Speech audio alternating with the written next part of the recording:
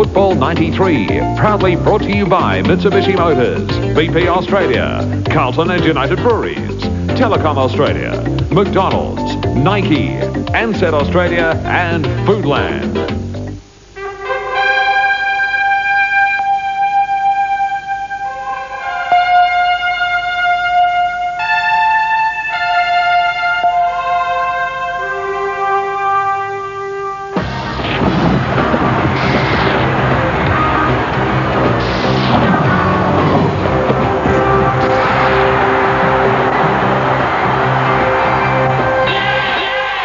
From Football Park, in front of a full house, Adelaide versus Geelong on AFL Today. Yes, another tremendous crowd at Football Park. Good evening, everyone, and welcome to the continuation of round 13. Adelaide and Geelong, both teams 8th and 9th on the premiership ladder respectively, and they both have 24 points, and so a vital game for both sides this evening. Adelaide, well, their form sometimes can be hard to follow. At one stage they lost 3 matches in a row. They have won 3 out of their last 5, but last up were convincingly beaten by Carlton at Princes Park by 79 points. Geelong can be equally hard to follow. Runners-up last year, in a number of matches this year, they seem to have the opposition on toast up until perhaps half-time, and then unaccountably they go in the land of the missing. For instance, against Fitzroy, they led by 8 goals, only to go down or win by 7 points. So perhaps form is going to be very hard to pick the winner tonight. Bernie Quinlan, a great crowd in attendance. Good evening to you. As I said, a key game for both sides midway through the season, isn't it? Yeah, good evening, Pete. It's ideal conditions here at Football Park, and it is because high stakes here, Peter, because the winner, of course, going into the 6 after today's game, after this evening's game. So it's up for grabs. You wouldn't think it. 79-point loss last week against Carlton, and yet Adelaide probably going into this game as favourites because they're a completely different side playing here at Football Park. Well, 2 of the all-time greats in terms of full forward this year. I suppose it might be a little premature to say that about Modra, but he potentially is one. Gary Ablett certainly is. And this year, Modra has kicked 68 goals. Ablett on screen has kicked 62. 62 at a very good average of 7.8 goals a game, which is the best in the AFL at the moment. And he's had a magnificent season, Gary Ablett, after a bit of a shaky start. And Tony Modra, of course, the glamour player in the AFL, the best full forward in the competition at the moment with 68 goals. And he's been in terrific touch. He only kicked 2 last week, but we have a look at that side. Well down across midfield last week, especially Tregenza, Anderson, Rashudo named on the wing this week.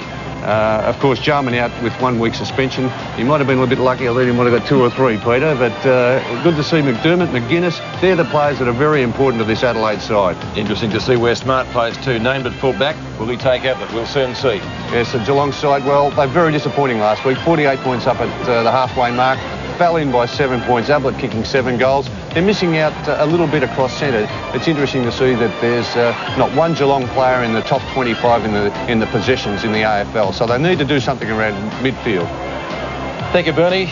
So a very important game for both sides here tonight. As you mentioned, conditions ideal for football. Dennis Committee will be joining us in the commentary box.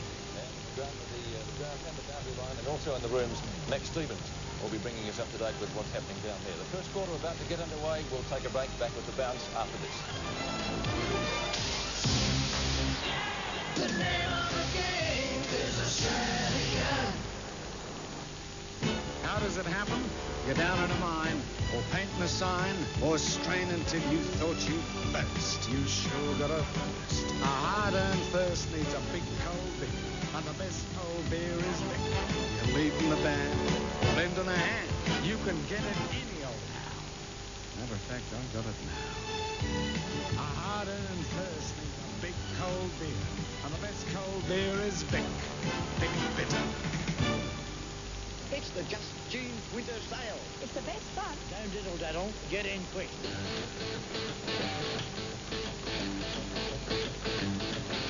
It's fantastic.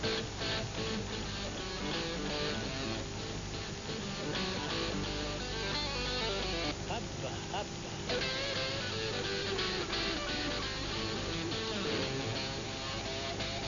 Is this heaven? It's a great day to be out on the road, but it could easily become the worst day of your life.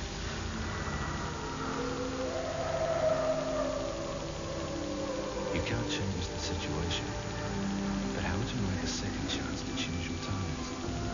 Can time make a difference? Good you can.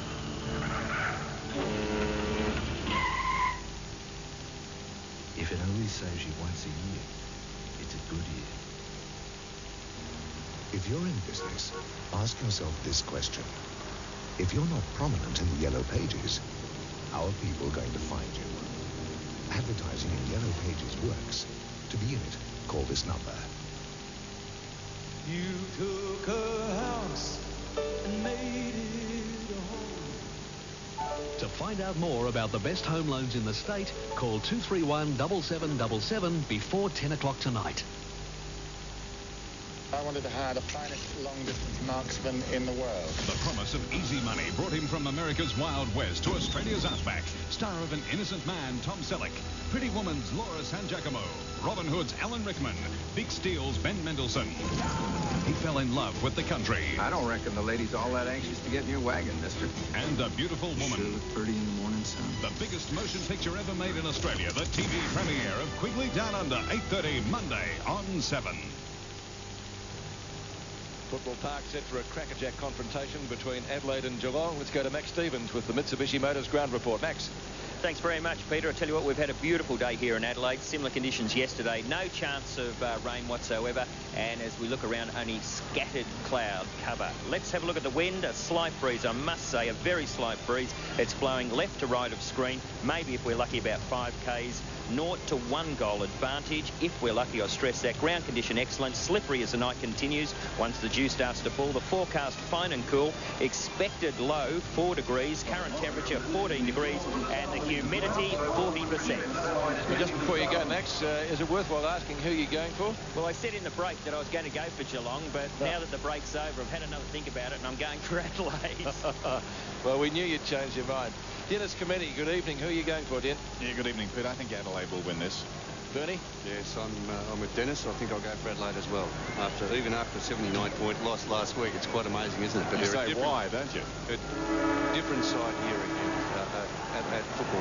They grow another league, don't they? They do. They go smart back to the... where is he going? To the forward line. Yep. They started there last week, of course, and had to be moved back to full back when Coonahan took control of the match there early. So Gary Ablett in the goal square at the left of screen.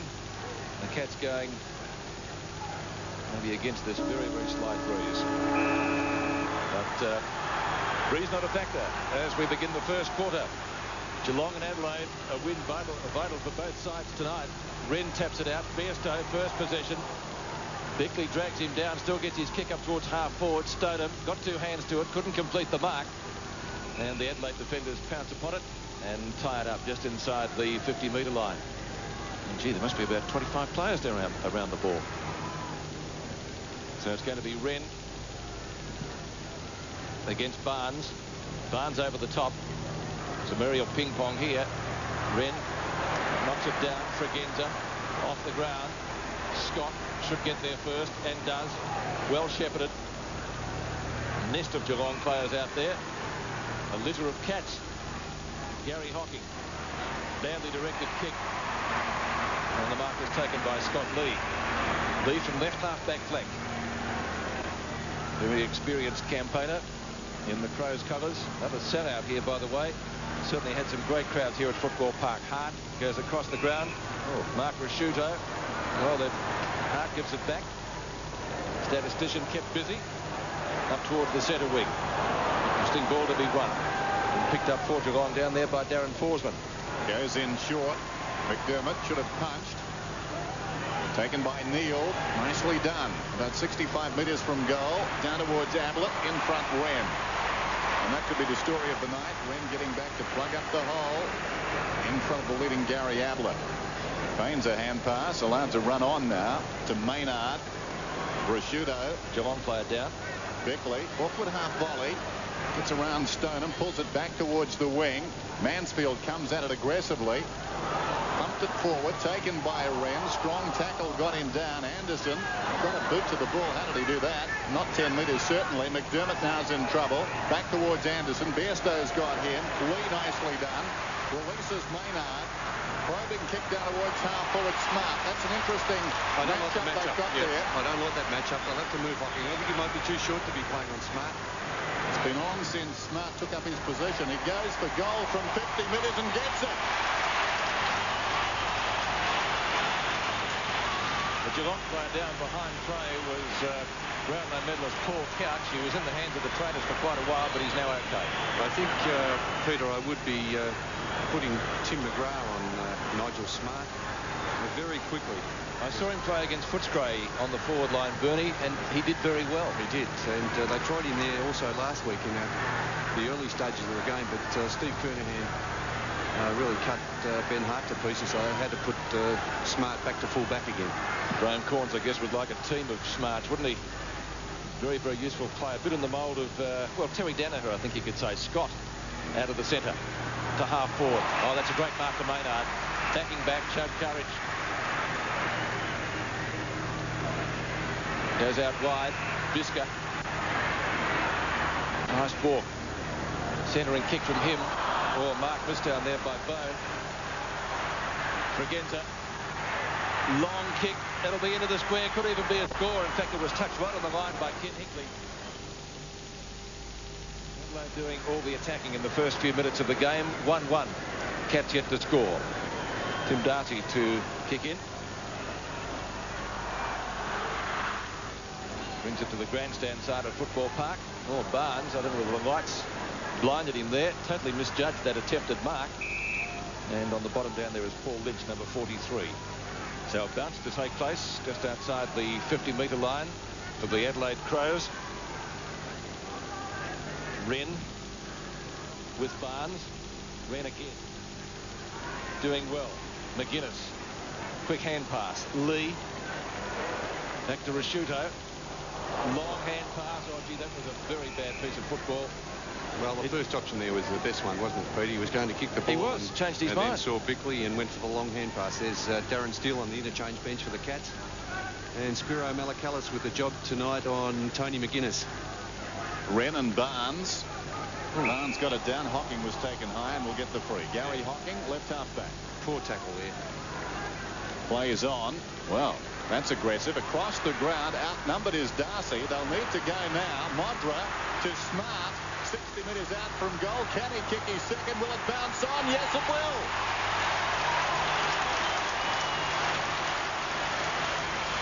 Well, explain Hocking's kick to me, Bern. Inexplicable, Dennis. Inexplicable in that situation. As you said, he was outnumbered completely, Tim Darcy. There's a kick from Gary Hocking, the centering kick. And Modra there to tidy up. Nigel Smart, very quick, very pacey player, well balanced. And he finished it off. Two very early and quick goals to Nigel Smart. So the Crows lead by 13 points. Great start for them. Aided by Geelong a little. And I think Malcolm Blight needs to look at Hocking down there on Smart. There's the other Hocking, Gary. We're talking about Stephen, who's caught in that mismatch. See, the thing is, Bone is very tall too, and well, you can't swap Hocking onto him, Dennis, so you might have a few problems there in defence. Barnes up early. Here's Bone. Thumping kick out wide. Lands in no man's land. Rowe leads in the race. Smart again at close quarters to Rowe, who backed off. He's 60 metres from goal. Centering kick. Pitches just in front of Rob when he couldn't control it. Over the ball, Mansfield. Now Bone, but a whistle. And it will come back to Hinkley. It was interesting the way they set it up at the start. Smart stayed out of the forward line, camped on the wing, and they got the matchup they wanted. I think they sought out the defender. They wanted Smart on. Oh. Anderson stood his ground. That was courageous. Yes, very good mark, and maybe a little bit fortunate there wasn't a 50-metre penalty there, because he was no chance of taking a mark there, John Barnes. I was just about to ask you that, Bernie. That's a great mark to Robert, and he's got it just inside the line. Starting to show a bit of form after 12 months out of football. He was very good early last week, too, against Carlton, until they put Michael Sexton onto him, and then he went out of the game, as did most of the Adelaide Crows. But he's very mobile, can take a good mark, and usually is a pretty good kick. The angle might test him here. Not too much light between the posts. Distance shouldn't be a problem, and isn't, but it's a cross. And is it rushed through, or is it out of bounds? It's rushed through for one behind to Adelaide, who have done all the scoring so far. Nigel Smart, the star so far, was 2 goals, 2-2. The Crows total, and the Cats yet to open their account. Remembering what happened last year, it was a runaway win to Adelaide. Bone, good hand pass. McDermott, Fregenza, Modra. Oh, Darcy did well. that McGuinness is there. Loves kicking long goals, maybe just a little bit too far out on this occasion. Smart, was he being held? Not seen by the umpire. Bone, snapshot, bounces through. 3 goals to Adelaide. It's a blitz at the moment at Football Park. 3-2. Geelong yet to score. Well, it was 97 points in round 23 last year. The Adelaide Crows victorious, of course, on that occasion here at Football Park. There's Tony McGuinness, the leading kick winner in the AFL, on his right boot on that occasion. A little bit of holding there by Steve Hocking on Nigel Smart. But it didn't matter anyway because the big fella there, Randall Bone, finishing it off, a very good snap goal. Back in the middle. The Crows lead by 20 points. Visca had it, then lost it. Wren's hand pass went to ground. Bickley stood up against the tide. Lee pokes it out towards the wing. McGrath goes up uncontested, claims the mark. So fast start by the Crows. Here's McGrath. Long kick inside the 50. In from the side, Stoner, but it's going to be a free kick, I think, to Adelaide. Yes. Kevin it out. Here's the man that could get Geelong back into this. They need to do more around the middle, don't they, Dennis? And that's where they fell down both sides last week. Very poor around midfield. Ablett from 45 metres. Marvellous kick. Goal.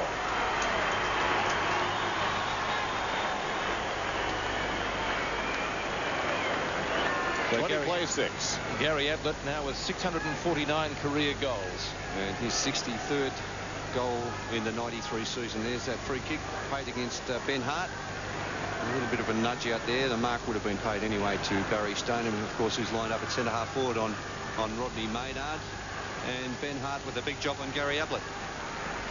So back to the centre. 649 career goals to Gary Ablett. 3-2 to 1 goal.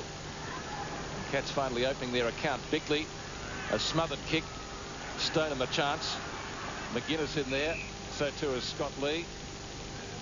The umpire will bounce it just a little bit wide of the centre circle. Geelong shell-shocked in the opening minutes with Nigel Smart kicking 2 goals. Bone snapping a beauty from the forward pocket. It made a change too. Hinkley. Smart. Yes, Hinkley's the player. They moved that pretty smartly, so they needed to do that too, Dennis. Out of the centre comes Liam Pickering. Kicks to half forward. Bouncing ball, which way will it go? Hart showed courage, had it and then lost it. Ablett, was he tripped up? Could have been a free. The umpire calls play on. Neal paddles it towards the boundary line, which is too close. Hart's there with him, and it will be thrown in 25 metres from the Geelong goal. 16 3/4 minutes left in the first term. Another capacity crowd at Football Park. They got their footy here. Vital game for the Crows and Geelong. 8th and 9th on the ladder, both having 24 points. Lee, Dow defender. Unspectacular, usually effective. McGrath started at North Melbourne, making his name as a key defender for the Cats. Pickering again. Goes to the boundary line on the outer side.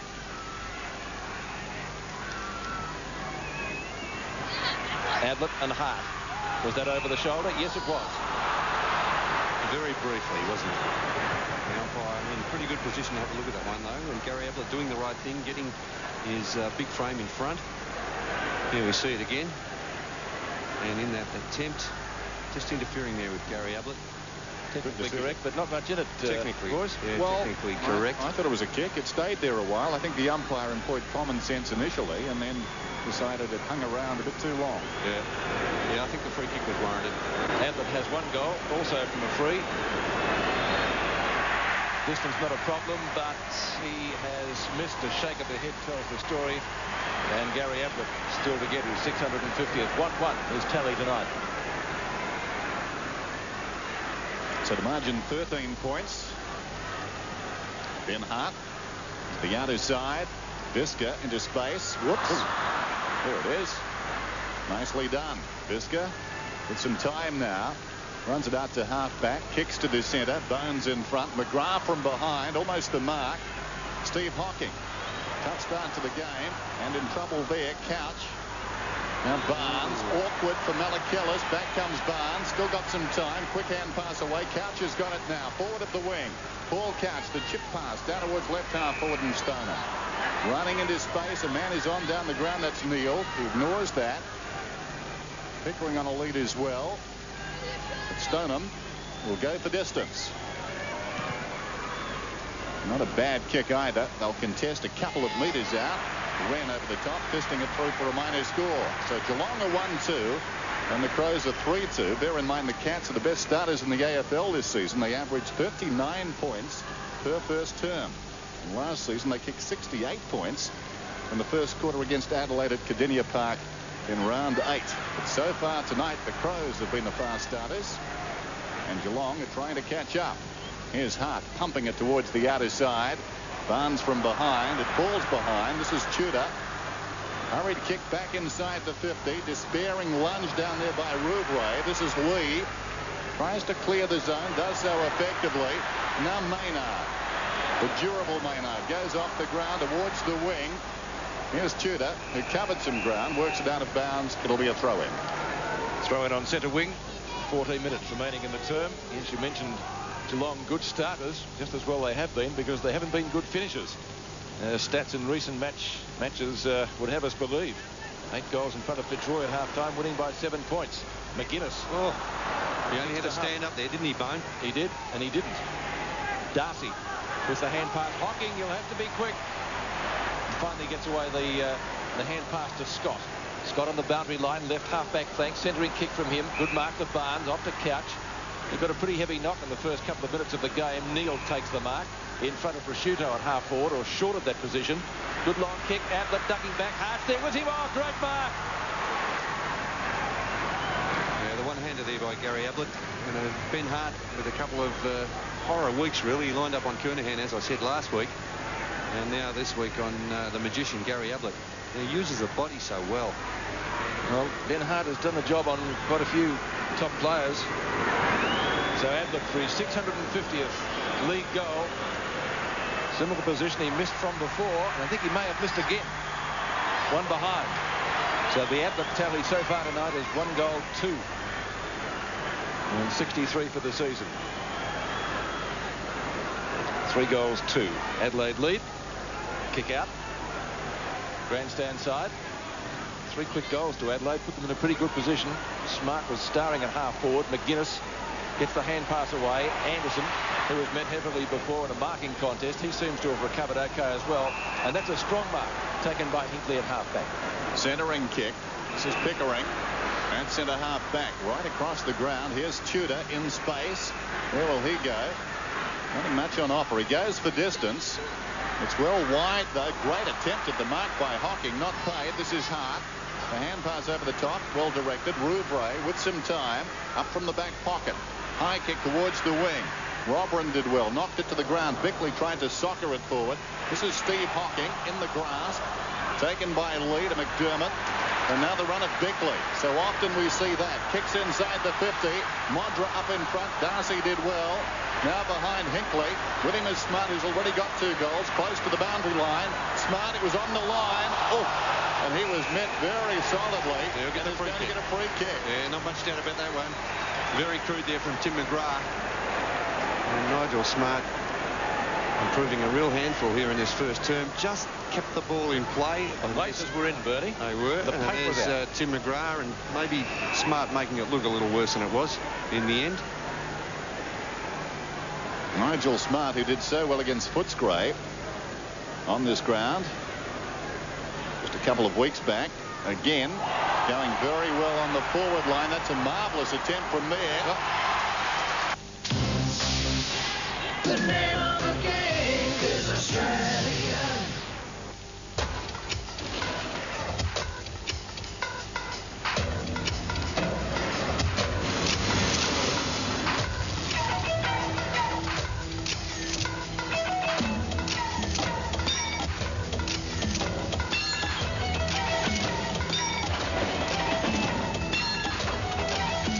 Mitsubishi Triton Utes and Express fans.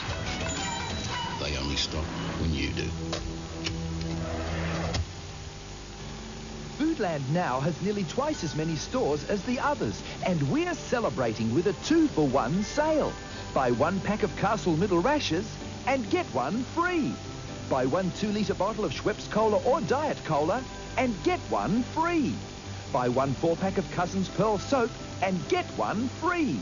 Buy 1 bottle of Sunsilk shampoo or conditioner and get one free. In the Foodland 2-for-1 sale on now. Gotta get the wheels in motion. At your local BP shop, you'll find just about everything you need. So get your wheels in motion and get on down to BP on the double. Because right now, buy 2 of any product and you could win one of 800 fantastic mountain bikes. There'll be a winner at every BP shop. BP, on the move. Waiting for a life insurance policy to mature can be like a long stretch in Yatla. Now there's a way you can cheat time and break into the future without losing money. So far as we are aware from our research, the first time this has been done in Australia. It's a new way of making extra money. The interest has been overwhelming in our first 3 months of operation. A special report that might put a big smile on your face exclusively on 7 Nightly News Monday nights.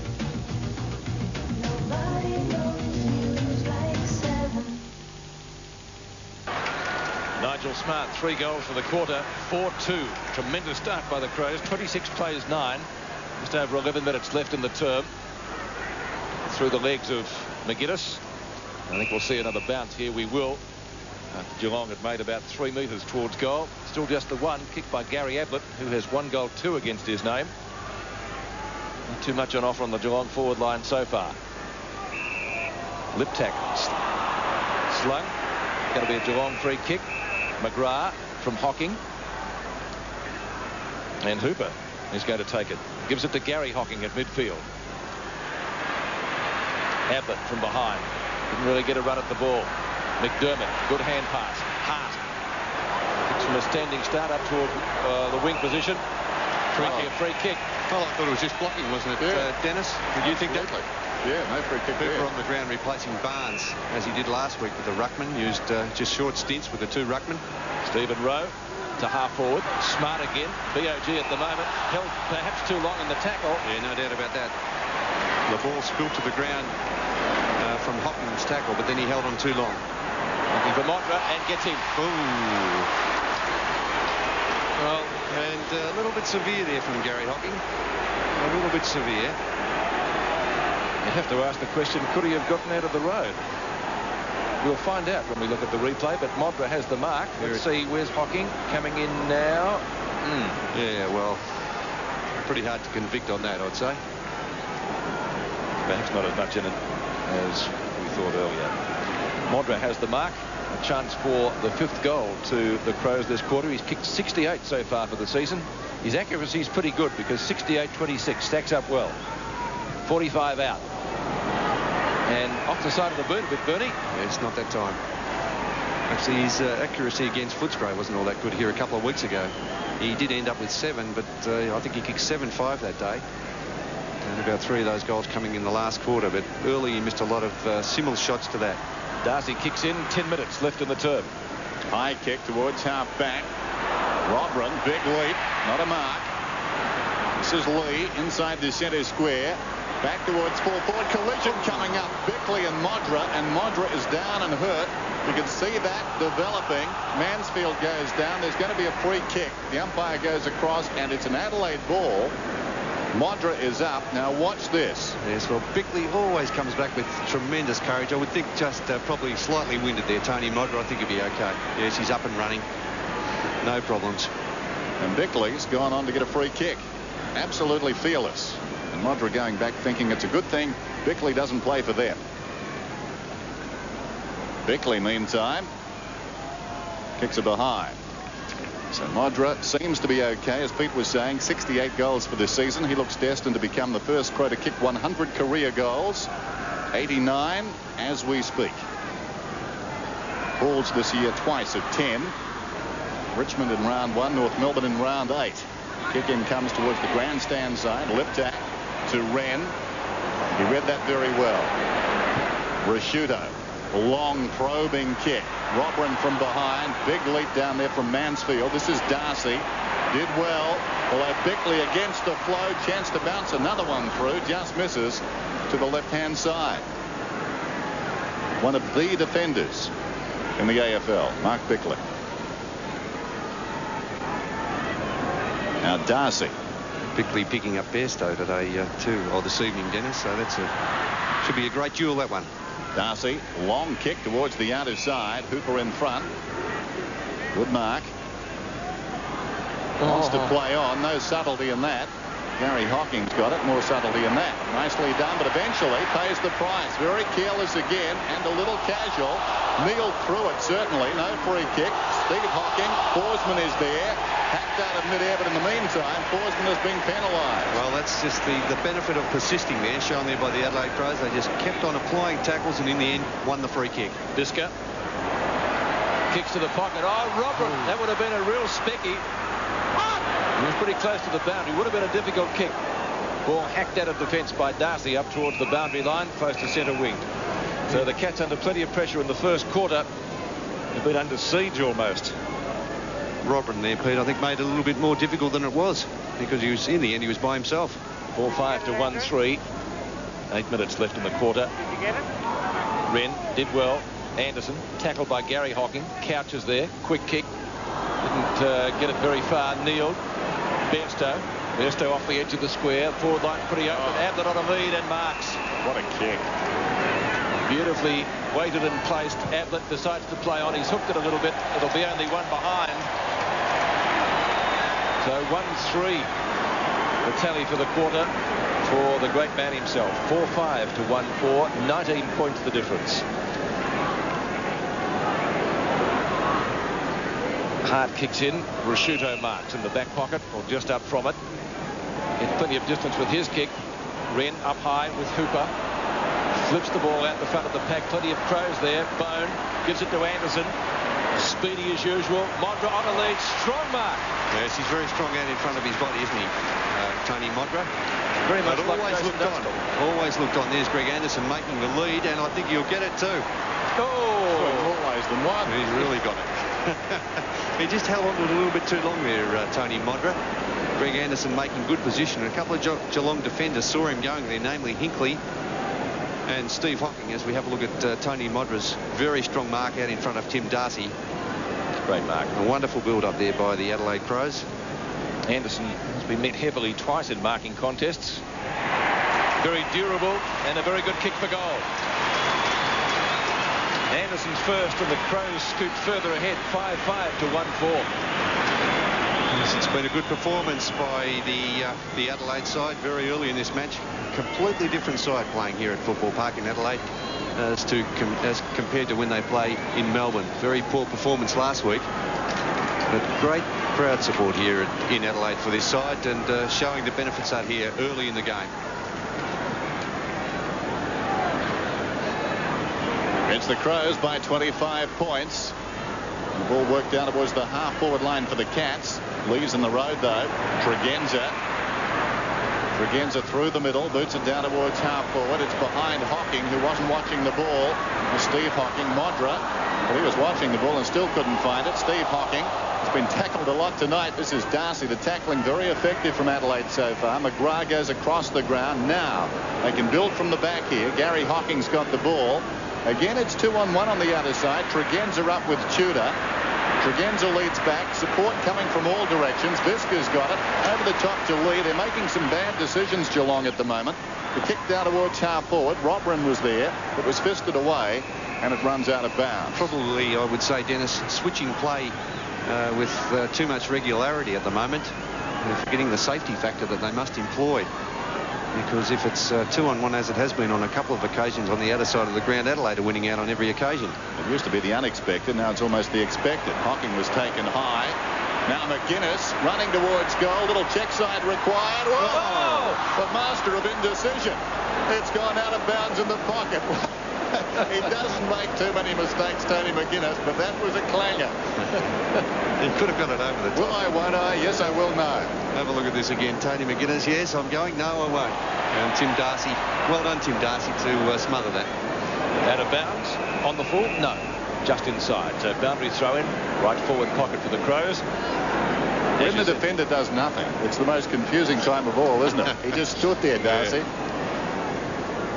Robin at the back taps it down. Malakalis well tackled, going nowhere, and a bounce 25 metres out from the Adelaide goal.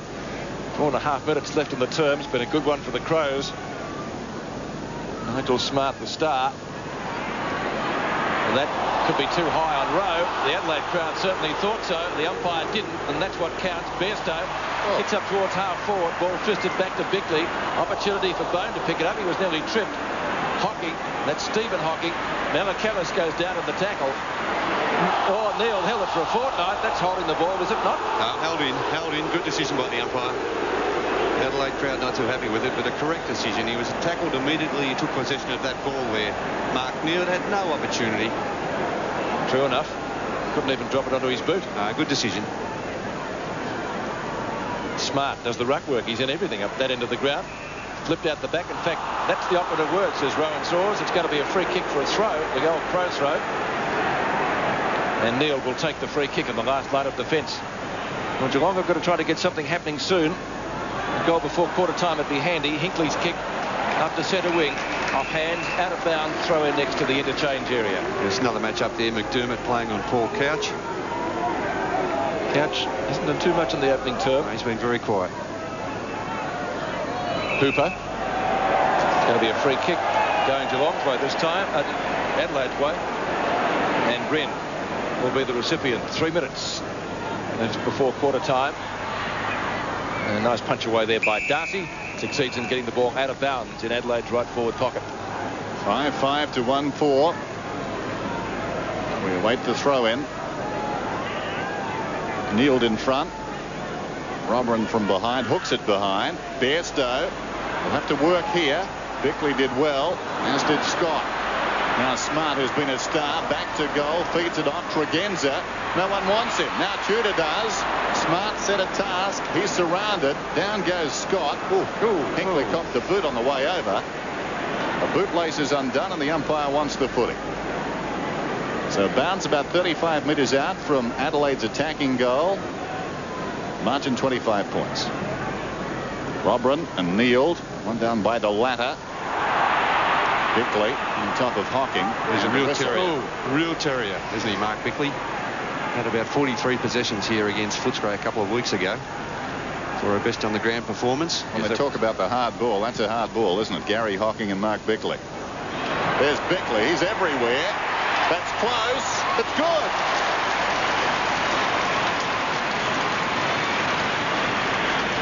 (6-5 to 1-4) approaching quarter time. Well, they've had 2 tries before that, Mark Bickley. Only registering 2 behinds, but on that occasion, as we see this in replay, the quick snap on this occasion, he is a magnificent footballer. Just absolutely a courageous player, Mark Bickley, in everything and being used in a different role the last 4 or 5 weeks as an on-baller. 1 3/4 minutes before quarter time. The bell will be welcome, I think, for Geelong to give them a chance to regroup. Tregenza going for you beautifully. Lip tack applies the Shepherd. He gets clear. He could just about kick one from there. He won't. Stephen Hocking, Smart, an attempted smother. Hocking does well. Kicks up towards midfield. Rasciuto punches clear. Gets it to Anderson, who popped one high. Couch has got him. Well, nearly. And a badly directed kick as Stephen Hocking takes the mark at centre-half back. Got McGrath off. It could go out wide. McGrath on his own. In fact, he's seen him. A couple of players there. Actually, Darcy. McGrath does the shepherding. And Darcy over the top to Scott, who's also been quiet in the first term. Scott from right centre wing. Couch the target. McDermott nearly had it. McDermott has it.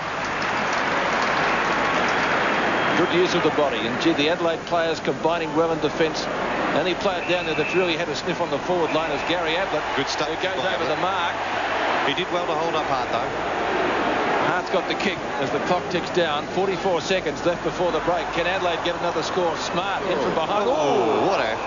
Come on. Now, Ken Hinkley. Is that kicking in danger, Bernie? Sure, I tell you what, it looked very dangerous. Unduly rough play. Comes very under that dangerous heading. indeed. The umpire letting it go. So a bounce just off the edge of the square. Hooper does well. Pickering.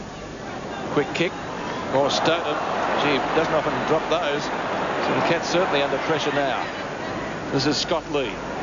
Smart in front. Can't take the mark this time. Pickering gets sandwiched. Smart again. Tries to get it to McGuinness. Finally, it's Scott. He's taken down by McGuinness. There's the siren for quarter time. Good effort, good quarter by the Crows. They kicked 6 goals, 5, and Nigel Smart has 3 of those. Geelong, 1 goal, 4. The Cats trailing by 31 points. The name of the game is Australia. They distinctly said between 11 and 1 p.m. on Tuesday. Which Tuesday, one may well ask. Yes? Good news. Telecom makes service appointments. Just agree with Telecom on times to suit you, and they'll be there. So today is the Tuesday. Oh, by the way, I think your watch is fast.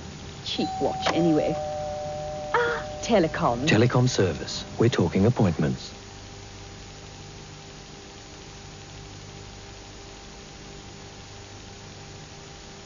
Ian Berry Insurance Brokers arrange insurance on all types of motor vehicles. Ian Berry Insurance Brokers for low-cost motor insurance. Telephone Ian Berry Insurance Brokers and see how much you can save on your car insurance. Bets and Bets famous winter sale is back for 93. Over 100,000 pairs of brand name shoes have got to go at $10 to $50 off. It's the biggest shoe sale of the year, the one and only at Bets and Bets. We're shaving our prices as low as possible on the very popular Magna GLX sedan. But hurry, offer closes June the 30th, and I'll guarantee you'll always get a fair deal. If not, I'll shave off my mo. It's been described as blessed and lucky. But in reality, Australia is a tough place to survive. Out here, and also in business. Woolworths has not just survived, it's flourished, and now you can share in its success. The important information about Woolworths is contained in the prospectus, including details of its operations and profit performance. Pick up the prospectus, which contains the application form now. Woolworths, a great Australian success story. 8:30 Tuesday on 7. A woman brutally assaulted on the side of a busy freeway. You could have the vital clue to catch her attacker. A brawl outside a suburban nightclub leads to the tragic death of a young man. Help solve the mystery of a pretty student who simply vanished after a dinner party with friends. And the story of a shark that revealed a bizarre secret behind a gruesome underworld murder. Been obviously cut off. Join Ann Sanders for Australia's Most Wanted, 8:30 Tuesday on 7. And the drought has finally broken in Sydney. The Swans winning their first match of the year, 23-11, 149, defeating Melbourne 16-13, 109, a 10-goal third quarter. And Richard Osborne was the star for Sydney today. So congratulations to Ron Barassi and the boys. Exceedingly well done. Here at Football Park, Adelaide getting off to a magnificent start against Geelong. 6 goals, 5. Nigel Smart has 3 goals and singles to Bickley, Anderson and Randall Bone. The only goal kicker for Geelong, Gary Ablett, and he has 1 goal, 3. The record between these two sides, they've played 3. Geelong has done well, winning 2, but there were big margins last year. Geelong by 123 points in round 8 at Cardinia Park, but later on in the year in round 23 here at Football Park, it was the Crows by 91 points. Let's go down to the boundary, Max Stevens. Well, Peter, Malcolm Blight for Geelong concerned about the opportunities the Cats had and the opportunities that went missing. Blight very worried about Adelaide's domination in most areas. Geelong very quiet. I found that strange at the quarter-time break, not pushing each other, not boosting, and Blight making his point very quietly and very confidently, though I must add that. Graham Corns, well, he would have to be extremely happy with the way the Adelaide Crows opened, and also Nigel Smart, a big rap for him. Thank you, Max. 31 points the difference at the start of the second quarter. Geelong going to the right. Couch, one of the players that the Cats must get more out of, the Brownlow medalist. Stoneham out position at a fine mark. Courageous mark there from Maynard. Scott Lee. Hart gives it back to Lee. Again, bothering the statisticians more than anybody else. Hart's kick up towards centre wing. Hinkley fisted away. Scott, who was particularly quiet in the first quarter. Couch. Brings it back, and Barnes just couldn't take it. Tregenza. Plenty of Geelong players there. 3 at the fall of the ball. This is Bairstow. On to Tim McGrath. Marking contest on centre wing. It's going to be free kick. Yeah, Mansfield slinging Rashudo out of that contest. Rashudo to take the free. Just outside the square. Modra on a lead. Doesn't miss those. He's totally committed, isn't he, when he's on those leads, Tony Modra? Destined to be one of the great full forwards, and certainly this year the AFL's leading goal kicker with marks like that. That's coming around. It's coming back. Not far enough. Might be a mark in the square. Not paid. Hocking. Bairstow. Geelong are going to get clear. Oh, Wren too tall. Much better judgment, and gives it away to Tregenza. Tregenza down towards half forward. McGuinness in front. Fifth possession, McGuinness. Bickley, so busy. 60 metres out from goal. Down towards full forward. Robert. Free kick. Should have been. Rowe in the square. Boom. His second. Well, found himself free. A bone without a cap. Well, yes, Dennis. 7-5 to 1-4. Actually, just looking at this in replay, my first instinct was this was a free kick against Robin, and he puts the boot right. It had to be a free kick, didn't it? Yep. He put the boot and pushed, I think it was Robert Scott out of the contest, and I don't think Robin even touched the ball.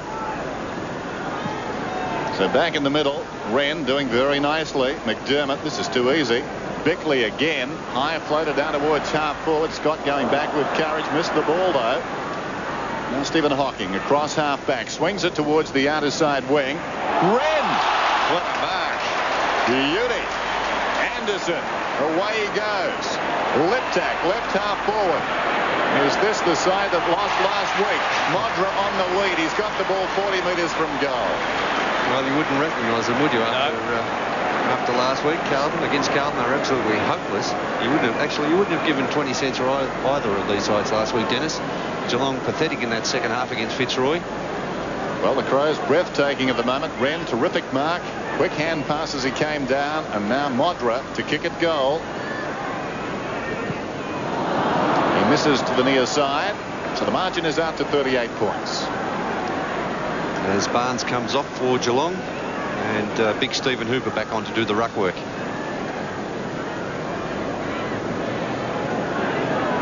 So what can Geelong come up with? Not too much at the moment. Not too many winners on the ground. And Wren going for another big specky. Didn't quite drag that one down. Still on Adelaide's forward line though. Tudor applies a block, but not good enough. Tregenza, a hand pass. McDermott. Darcy did well to get it away from Modra. Hinkley. A quick kick out of the fence to the 50-metre line. Couch, was he taken high? No, says the umpire. Couch applying the tackle. And then finally it comes to Wren. They can do no wrong. Bone. Can't take the mark. Kneels. Looks for the boundary line. Won't quite get there. And Tudor will succeed, but it does go over the line finally. 50 metres from goal. And I think he used a word or a phrase yesterday, putting on a clinic, Dennis. Well, it's almost that stage already here, isn't it? They've started early. It was after half-time in the Richmond and at Princes Park. They were overrun after half-time. Free kick awarded to Geelong against Nigel Smart, caught in possession. Gary Hocking to take the free. Kick is to centre wing. No mark taken. McDermott goes down. Kickers by Mansfield to half forward. Very close to out of bounds. Cats trying to lift themselves after trailing by 31 points at the change. And still finding goals hard to get. Boundary throw in at their right half forward flank. Wren in front. No free kick. Hocking goes down. No free kick. Quite amazing there, Peter, isn't it? You know, you see such free kicks award, for such trivial incidents, and yet that's let go. Hocking runs one way, kicks another. Two Adelaide players are there. Biscoe was in front, should have been his. Little bit of talking would have been okay. Rouvray.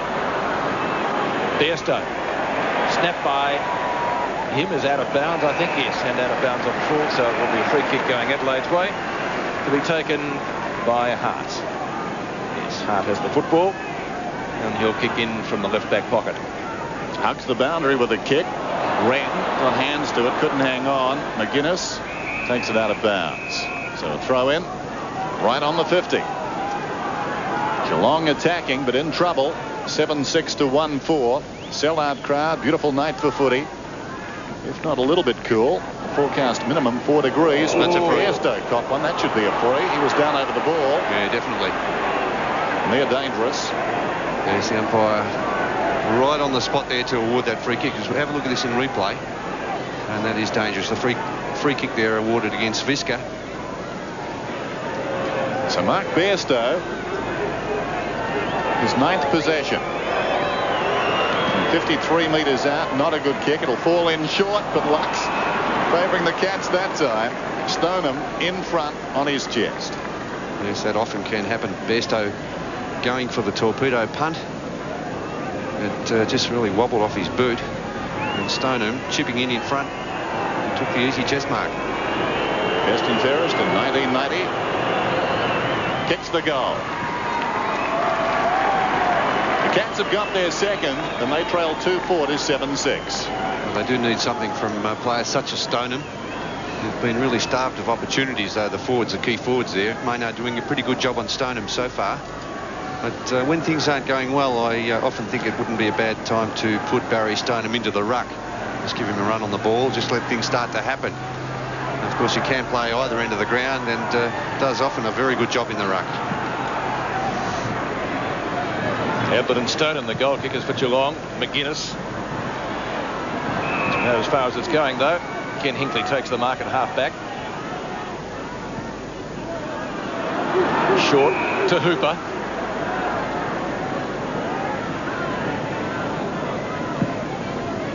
Hooper goes for distance with his kick down towards half-forward. Now Bairstow looks for a free kick against Visca again. Not paid that time. Pickering couldn't find it. Man who can find it, though, is Chris McDermott. It's out of bounds. Geelong's right forward pocket. Cats with only 2 goals on the board so far, after Adelaide blitzed them in the first quarter. Opportunity here to get another one. Wren in front. Gee, could have almost got a free kick for being held. Pickering, a high kick, barely travels the required distance for a mark. Wren, his confidence is boosted after that specky he took before. Pickering again with the chance, tries to get through some pretty heavy traffic. Scott, snapshot is off target and is out of bounds. Bounces out of bounds, and so a throw-in will take place right next to the behind post, still in Geelong's right forward pocket. The Cats trailing 7-6 to 2-4, 48 playing 16. After the difference at quarter time was 31 points. Hooper and Wren. Wren in front. Oh, well done by the big fellow. He's having a good night. McDermott and Couch. It's going to be a free to McDermott. He was being held, says the umpire. And Chris McDermott to take the free kick right on his own defensive 50-metre line. The kick to centre wing. Maynard. Cannoned into by Forsman. Geelong through Mellicallis. Can they finally build something here? Mellicallis gets it back after that scrimmage. Beautiful smother, though, by Tregenza. Excellent stuff. The Crows certainly pumped up tonight here at Football Park. Paul Lynch kicks Geelong down towards, well, guess who it is again? Wren. He's certainly having a great night, Dennis. No doubt about that. Rashuto around the outer side. This is Anderson. High kick down towards centre half forward. In front bone, it falls behind. Hinckley is doing pretty well now on Smart. Knocked it about 30 metres. The hand pass came from Tudor. Forsman. Couch was upended. This is Pickering. Nicely done. The look away hand pass. Scott confronted over the top. Bairstow about 51 metres up. Sets it up now for Ablett. From behind, it's fisted away. Taken by Maynard. Anderson, a runner outside. He ignores that. Kicks it back towards half-back. Well, that's interesting. It was a strong tackle on Lynch. Rashuto goes again. Lynch slats it out. Knocked on by Lee. Stoneham tried to soccer and missed. Taken by Hart. Gets it to Lee. Kept his head very nicely. McGuinness, he's at right half-back. Goes with the right foot around the outer side. McGrath, better judgment. Aided by a height advantage. So McGrath back towards half forward for North. Getting more of the ball now, but Wren again. Mark number 5 to Sean Wren.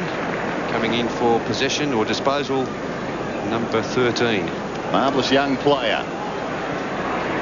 Rouvray comes up towards the middle, kicks towards half forward, taken by Smart, back to goal, needs support, nothing much on offer. But he bought himself some time. This is Bone.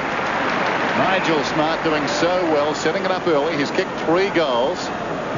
Bone alongside the centre circle. Great kick into space. Modra comes on the lead and marks about 45 metres from goal. Well, the delivery has been very good tonight to this Smart leading full forward.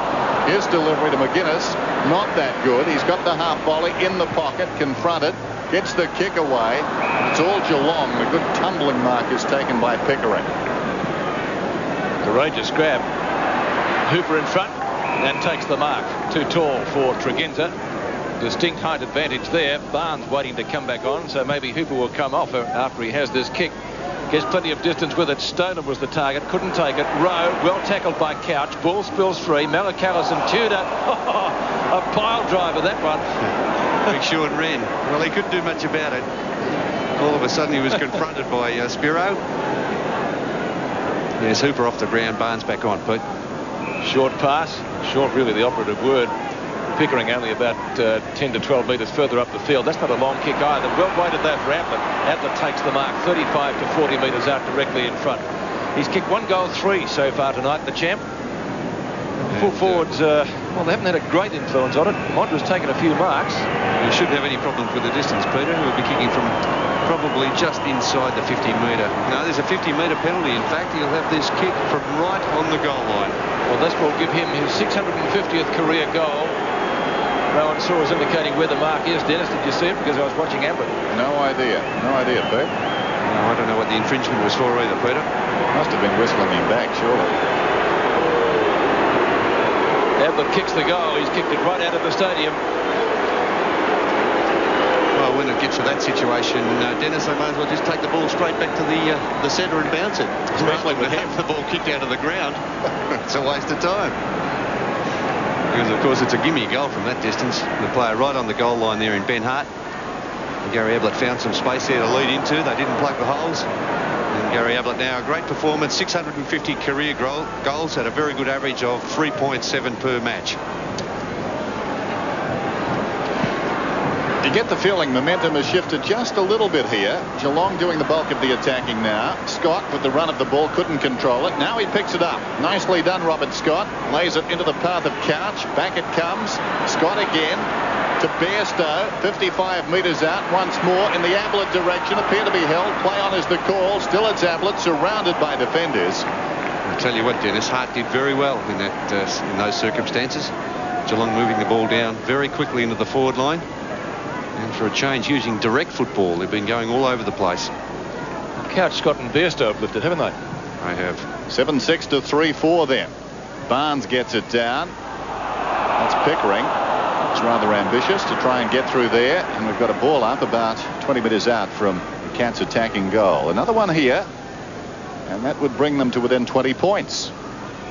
Wren has other ideas. Here's Scott again, who was involved in the initial build-up. He puts it out of bounds on the full in the left full forward pocket. Rouvray to take the resultant free. Rouvray, wasting no time, goes for length around the outer side. Going back, Bairstow got a hand to it. Bickley controlled it brilliantly. McGuinness, the clip over the top. Liptak, McDermott storming around the outer side, but the kick is not good. And Hickley. He reads it well, doesn't he, Ken Hickley? Yes, he's closed Smart down since that initial outburst. Kick around the outer side. Stoneham up in front. This is Pickering. Gets the kick off despite the tackle. It bounces down inside the 50. Wren to Lee. Now an opportunity for Rouvray. Stumbles, loses the ball. Now he's in trouble, Rouvray. Gets the hand pass out to Mark Bickley. Well played. Now McGuinness, forward of half-back, pulls it back. Bisker. Bickley is storming past. He's fed the ball now. Bickley running down towards half-forward. Too far out to score. Goes looking for Modra. Up in front. Couldn't mark. Steve Hocking's got it and gets it across to Hinckley. Who's been good in the second quarter. Can play either end of the ground and he's doing well. Anderson. And he runs into a teammate. Back to Maynard. McDermott. Quick kick. Smart, who's already kicked 3 goals. What will he do here? Unselfish play. Beautifully done to Bickley, who's already kicked a beautiful snap goal at the other end. And so Bickley If he gets it, he'll get the goal, but you'd have to have a look at the assist from Smart. It was instrumental in getting the ball to him, Bernie. Oh, he's a very exciting player, Nigel Smart. An All-Australian in 1991 as a defender. And now playing in that key forward position, centre-half forward, where his agility and mobility really come into play. Bickley for his second goal. And to steady the Adelaide ship. The goal umpire doesn't move. To goal. The name of the game is Australia. Foodland now has nearly twice as many stores as the others, and we're celebrating with a 2-for-1 sale. Buy 1 pack of Castle Middle Rashers and get 1 free. Buy 1 2-litre bottle of Schweppes Cola or Diet Cola and get 1 free. Buy 1 4-pack of Cousins Pearl soap and get 1 free. Buy 1 bottle of Sunsilk shampoo or conditioner and get 1 free. In the Foodland 2-for-1 sale on now.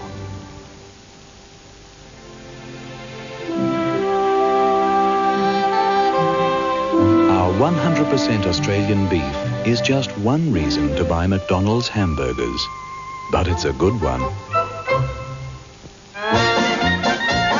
The international version of Magna is making a big noise overseas.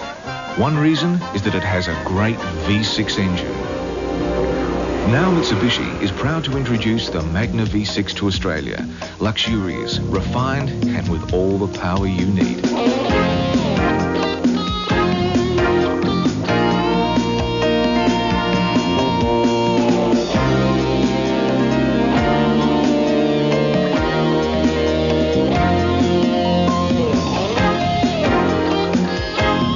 The Mitsubishi Magna Executive V6, sedan and wagon, a welcome addition to the Magna range.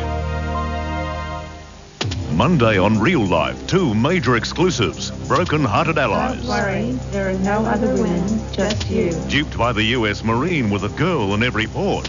I want to make love to every inch of your body. His Aussie lover strikes back with a breach of promise suit, and we put Adelaide's water under the microscope. It's enough to make you sick, really sick. We're really threatened with serious problems. Our test results will shock you. Real Life, 6:30 Monday on 7. 2 goals to Bickley, 2 to Bone, and 3 to Nigel Smart for Adelaide. Geelong needs something. And again, quickly, Stoneham paddles the ball further forward. Rouvray overruns it. Now he gets a chance, dives on it, comes up with a footy. Free kick there. Lisker and Hocking. A crude tackle there.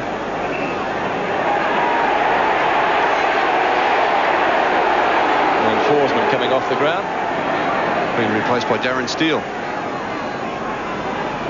So Rouvray gets it from Bisker.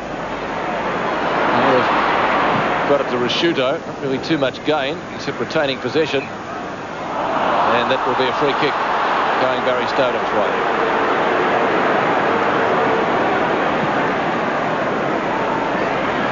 Kick is to half forward. Crows have the numbers. There's a whistle. It's going to be a Crows free kick. A soft one too, Pete, because Sean Wren was backing back and John Barnes just holding his ground there. And Bickley was off, but he does get it to McDermott. McDermott, forward of half back. Goes out towards right half forward. Anderson, good running mark. Comes back on his left side now. Long down towards full forward. Neild and Robran twisted away by the defender. Out of bounds in the right full forward pocket. And Neild doing quite a good job there too, because Matthew Robran has only had 1 kick and 1 hand pass. And only had the 1 mark for the evening. 8-6 to 3-4. And that same pair doing the ruck work. Over the top is Smart. Bairstow in desperate trouble, gets the hand pass away eventually. Smart again working hard after the ball. Bickley and Smart, what a combination. Bickley onto the boot quickly. In trouble down there is Hocking. It falls at his feet, taken by Hinckley. Surrounded, gets it off. Malik Keller stumps it on. It's in open space now. Who'll be the first to arrive? Who wants it most? Lee does. 40 metres out. Scott Lee, goal! Great goal. Goal of the night. Inspirational stuff. It was a 50-50 ball. And Lee went at it hard and got the result. Yes, well, he deserved that, didn't he? He was totally committed here, as we see Geelong in all sorts of trouble because of the pressure that's being applied by the Adelaide Crows forward line. Real dash there from Scotty Lee. And of course, he had about 3 years with Hawthorn. Tried out there, he was rejected by Hawthorn, came over here to Adelaide and has done very well. Terrific goal by Scott Lee. Won't see too many better than that tonight. Hocking to McGrath. Gary Hocking. And again Adelaide. Here he is. Scott Lee at the other end of the ground, where we are used to seeing him in defence. Anderson. Back to Rashuto. Rashuto right on the boundary line at right half back. Not a juggle this time. Two hands there needed, Pete. Yes. Hard to take that way. McGrath will take the free kick. It was Bone, the player, going at that with one hand. He's kicked a couple of goals tonight, Randall Bone. Rouvray in front. No mark taken. Pickering barges his way through. Doesn't come up with a football. Good endeavour. Ball finally kicked out of the pack. Bairstow, that wasn't 10 metres, so no mark paid. And it will be about 45 metres out from the Geelong goal. And Mark Bairstow looking longingly at the umpire, hoping for a kick. None was there. And there are 8 minutes left in the half. Hooper just pushes Bone a little bit. Now Tudor with the chance. Quick snapshot towards goal. Atlett watches it sail over his head. Through for a goal. And it would be the understatement of the night to say that they needed that one. The Cats, 9-6-60 to 4-4-28. Yeah, there's no doubt about that, Peter. It was badly needed goal there. Hooper just using his strength. A great smother off the boot. I think it was by Wren. And the quick snap coming. But they were really struggling, Geelong, and they still are struggling because they trail the Adelaide Crows by 5-2. And they really need the next couple to get back into it. Margin 32 points. There's the time remaining till half-time. Gary Hocking with the ball in front of him, working it out towards left centre wing. Anderson brings him to ground. Play goes on. This is Couch, who's getting busy now. Hooks it down towards half-forward. Awkward bouncing ball. Maynard couldn't control it. Goes back after it. Bisker goes down. Rashuto applies a tackle on Steele, and the umpire will ball it up. Rashuto's been very good tonight. 11 possessions so far. Only a youngster. Whoops, the umpire does a bit of shepherding. Hooper's got the ball as a result. Feeds it off to Steele. Steele from 60 metres out, a centering kick. Ablett and Hart. Hart with the pace on the ground. Tracks it back towards the pocket. Very nimble. Oh, he could have got it over the top to Trugenza. Ablett smothered. Now Hart's got a problem. And again.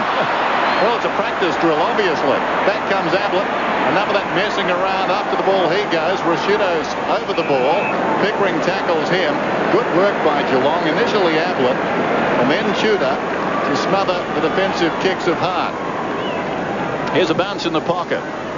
Wren decisively down, but Geelong have got the numbers around the ball. McGuinness at the base of that, and a whistle, and we'll have yet another bounce. It was a great play there by Hart. He just needed to get the handball over the top, though. Trugenza was by himself. One down by Hooper. Bisker slickly away. Bickley. Rashuto probing kick towards the middle. That was interesting. Bone got tangled out there with McGrath, eventually picking the ball up is Hocking. Tackle. Hinkley, a master of that tonight. Great courage shown by Maynard. Strong tackle there by Lynch, got him down. It was, wasn't it? Terrific stuff by Maynard. And that's never in doubt with that player, Rodney Maynard, playing at centre-half back tonight on Barry Stoneham. And of course, Maynard has played in every game that the Crows have played since the inception.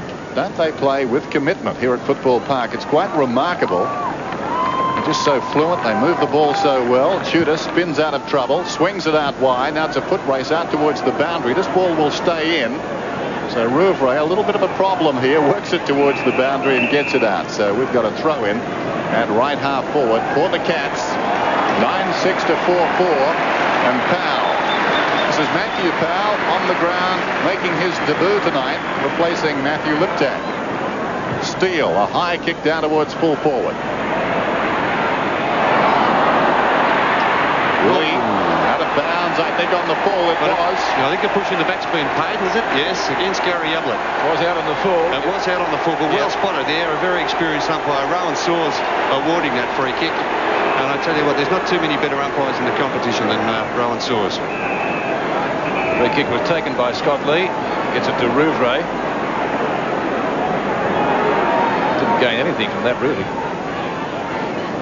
Good kick by Rouvray. Maynard got two hands to it. Flipped out by Smart. Tried to find McGuinness. He's got Anderson anyway. Excellent hand pass. Bickley. Here they come once more, the Crows. McGuinness. Long kick down towards Maynard. Left half Great skill shown by the Crows. Well, they do find another leg here. 79-point losers at Princes Park. You wouldn't know it was the same side. Modra. And then Rowe cannoned into him. Bone gives it to the youngster that just came on in Matthew Powell. And that's out of bounds. So it's going to be a Geelong free kick. And Ken Hinckley will be the recipient of it under 4 minutes left in the half. Stephen Rowe stands the mark. Tremendous crowd here tonight to see this game. Crows have won 3 of their last 5. Stoneham off the top of the pack. Oh, courage needed there. Lee, who kicked a beautiful goal earlier. Great skills down towards half forward. Bickley. McGuinness. Centering kick from him, trying to find Robert, who overruns the ball. So too Malakalis putting his body in. Oh, gee, is that deliberate? Darcy taking it out, but I tell you what, he's not penalised. He'd be very lucky, wouldn't he, Bernie? He was out of bounds before he punched it, wasn't Maybe. May have been very close. Well, here we see it again in replay. Yeah, well, I think you're right, Pete. Very, very lucky. Hinckley, once more, done a good job since he was moved on to Smart, who kicked 3 goals in the first quarter. Pickering. Down towards half forward, long kick. Sometimes the lights can play tricks, the ball becoming hard to mark. As was the case then, Tregenza, McDermott, good hand pass, Rashuto, back to Tregenza, Gary Hocking puts the body in well, gets beaten for it though. Tregenza tries to spin out with a blind turn, good tackle by Tudor. Gary Hocking, in turn tried to flip it out the hooper, but Anderson was there. Bone, he can pick it up, it'll be like a piece of soap, getting pretty slippery down there at the moment with the Duke. Tregenza just about threw it out to Smart. Long kick by Smart, and it goes through for a minor score to Nigel Smart. So 3 goals, 1 is tally for the evening. 9-7 to 4-4. Nigel Smart, so good on the forward line so far. Although Hinckley is working his way back into the contest as Darcy boots it in. 9-7 to 4-4, and a strong mark is held by Wren, dominating the air. That's his 6th mark, Dennis. He's had 4 kicks and 11 hand passes. His 5th kick there. Rowe got hands to it, couldn't hang on. This is young Powell, pulls it back, good looking effort, great goal. Second kick in league footy. Matthew Powell, he'll remember that. Yes, Matthew Powell, of course, he was picked up at number 6 in the 92 national draft. He was a Crows 4th pick overall. He has played a lot of his football with Mark Naley at South Adelaide. And just showed a touch of class there, getting around onto his left boot. So the Crows doing it very nicely with a 6-goal 3 advantage. Red letter day for Matthew Powell. John Barnes wanting to come back on. Not much time in which to get out there and get warm and have an impact. Visca in trouble. Storming through his steal. Well played. Going down towards half forward. Sets it up once more for Ablett. Wrestling down there. Couldn't take the mark. Hacks it out of midair and gets a goal. No, it brushed the post, says the umpire. A sense of the dramatic. Wouldn't like to play poker with that goal, umpy. Ablett can't believe it. The decision was rather belated. And Hart's got the ball. Chips it out wide. McGuinness has got it. Speaking of red letter days, how about that result in Sydney? Kim Hodgman was telling me today's experience was nothing new for Neil Baum. Back in 1989, he was coaching Norwood, who lost to South Adelaide. Big leap from Smart on the other side. This is Rashuto. And South Adelaide had lost their previous 26 games. Remarkable. Anderson to Mondra as the clock ticks down to half-time. Can Mondra get one and increase the Crows' lead? Right across the face and out of bounds. He had the chance, didn't he, there, Peter?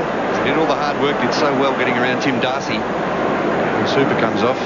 They've changed those, interchanged the ruckman very frequently. A lot of perspiration there coming off big Stephen Hooper. I can double check my stats to see that Mondra had a goal. He hasn't, has he? To half-time? Malakalis? Nope. He's taken a lot of marks and done well up there, but he hasn't scored a major. 2 behinds only. McGuinness. Smart lets it bounce. Rowe dispossessed. Smart again. He's already got 3 goals, all kicked in the first quarter. Gary Hocking. Rashuto. Just good use of the body. Onto Anderson. To Visca. real mongrel punch. Well, that might be a free kick to Modra. No. Crows fans certainly thinking he was taken high. Ball still in play. Rowe. Bickley. Always dangerous. There's the siren. And it won't be a score. But Adelaide will go in at half-time with a very handy lead. It was 31 points at quarter-time. And at half-time, 10-7-67 to 4-5-29.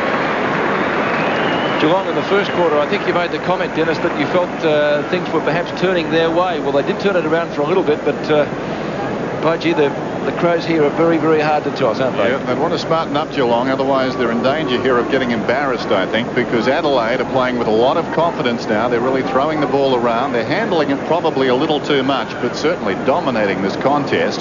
And Geelong, well, they need a few more triers like Gary Hocking, I fancy. At halftime, Adelaide 10-7, Geelong a 4-5.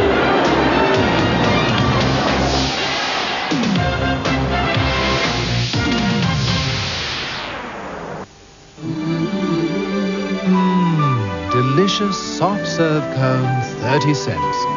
30 cents? 30 cents, but only at McDonald's. It's my time. The days are gray, the nights are long, so turn it on, turn it on, oh turn it on, show me what you've got, turn it on. 'Cause when you're hot, you're hot.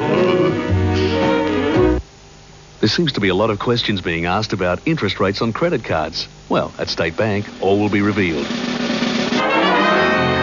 This incredibly low rate on credit cards, no question about it. Find out how much you could save at State Bank. The Just Jeans winter sale. Now you're talking. Hit it, Mr. Music.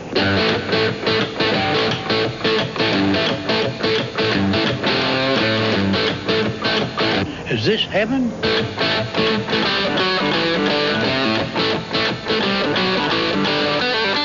This is some sale. Is there life after this? A dozen TV dramas have come and gone in the decade since a country practice first found a place in the hearts and homes of Australia. Shall I do that again? Today it's as good as ever, like Simon Denny and Frankie J. Holden in the deeply moving story of a father. I've just got a couple of years to live, 3 to 5. And the son he never really knew. Got nothing more to say to each other. You're wrong. Magnificent locations, involving stories, a wonderful cast. Devondale presents A Country Practice, Monday night on 7. 38 points the difference at half-time for Adelaide. Nigel Smart has 3 goals and 2 each to Bickley and Randall Bone. It's rather interesting that Tony Modra goalless so far and Gary Ablett has kicked 2 goals for. Today's game is part of the Carlton and United Breweries 1993 AFL Premiership season. And Bernie Quinlan, that was going to be one of the highlights of the night. In fact, still is Modra and Ablett. Yes. But they've had very little influence on the game. Only 2 goals between them to half-time. Yes, very little impact, haven't they, Pete? Well, Ben Hart's a good player at full-back, playing on Ablett. And, of course, not many opportunities coming Ablett's way because the ball has been controlled by the Crows around midfield. And Modra, well, he's had a couple of opportunities, but his kicking's been astray. What can Geelong do to get back into it? Bairstow had a better quarter that time. They need more from Scott and Couch. They do, and they need a lift in the ruck too. They've interchanged Hooper and John Barnes very frequently, but I think the dominant player on the ground's been Sean Wren. He's controlled the tap-outs. He's taken several telling marks. And his use of the ball's been good. He's tackling and chasing. He's doing a lot of things that you expect a tough little midfielder to be doing. And it's a terrific performance, I feel, tonight by Sean Wren. Can you see Geelong getting back into the match? Well, they've got the ability. I saw them last week, and they have been very disappointing this season. They haven't been able to put a full 100 minutes together as we have a look at the match stats. And Adelaide, look at that, the handball, 90 to 49. So they've almost doubled the handball. Out of the middle, centre breaks going Geelong's favour, surprisingly, because of Sean Wren's dominance in the ruck. But I just think it's been the support. When the Adelaide Crows players get into trouble, they get plenty of players around in support, and they seem to be able to get out of trouble frequently. All right, well, maybe Geelong can bring back a few of the old-timers to see if they can get them a lift in the second half of the match here tonight. Recently, some of the Cats' all-time greats got together, and Sandy Roberts was there.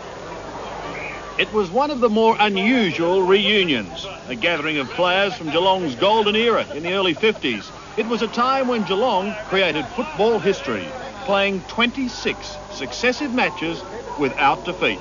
Their skipper was Fred Flanagan, or to his mates, Troubles. Well, it was just unbelievable at that particular stage. We didn't really know what was happening game-wise, because we were more concerned after a while to try and be defeated, because we knew that it wasn't practical for a team to keep on winning indefinitely. It all started with a round 9 win in 1952 over Essendon, and of course included the premiership that year. Defeat finally came the following year at the hands of, you guessed it, Collingwood. The 27th game, which was played here at Cardinia Park, it was a quagmire, save for both sides, of course, and Collingwood defeated us by a few points. So that was why we were defeated.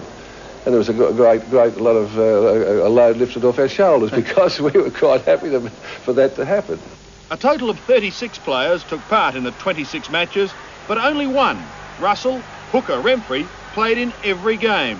Even today, the happy Hooker jokes about that so-called champion team. We probably had about 6 or 7 champions, Sandy, and 14 team players.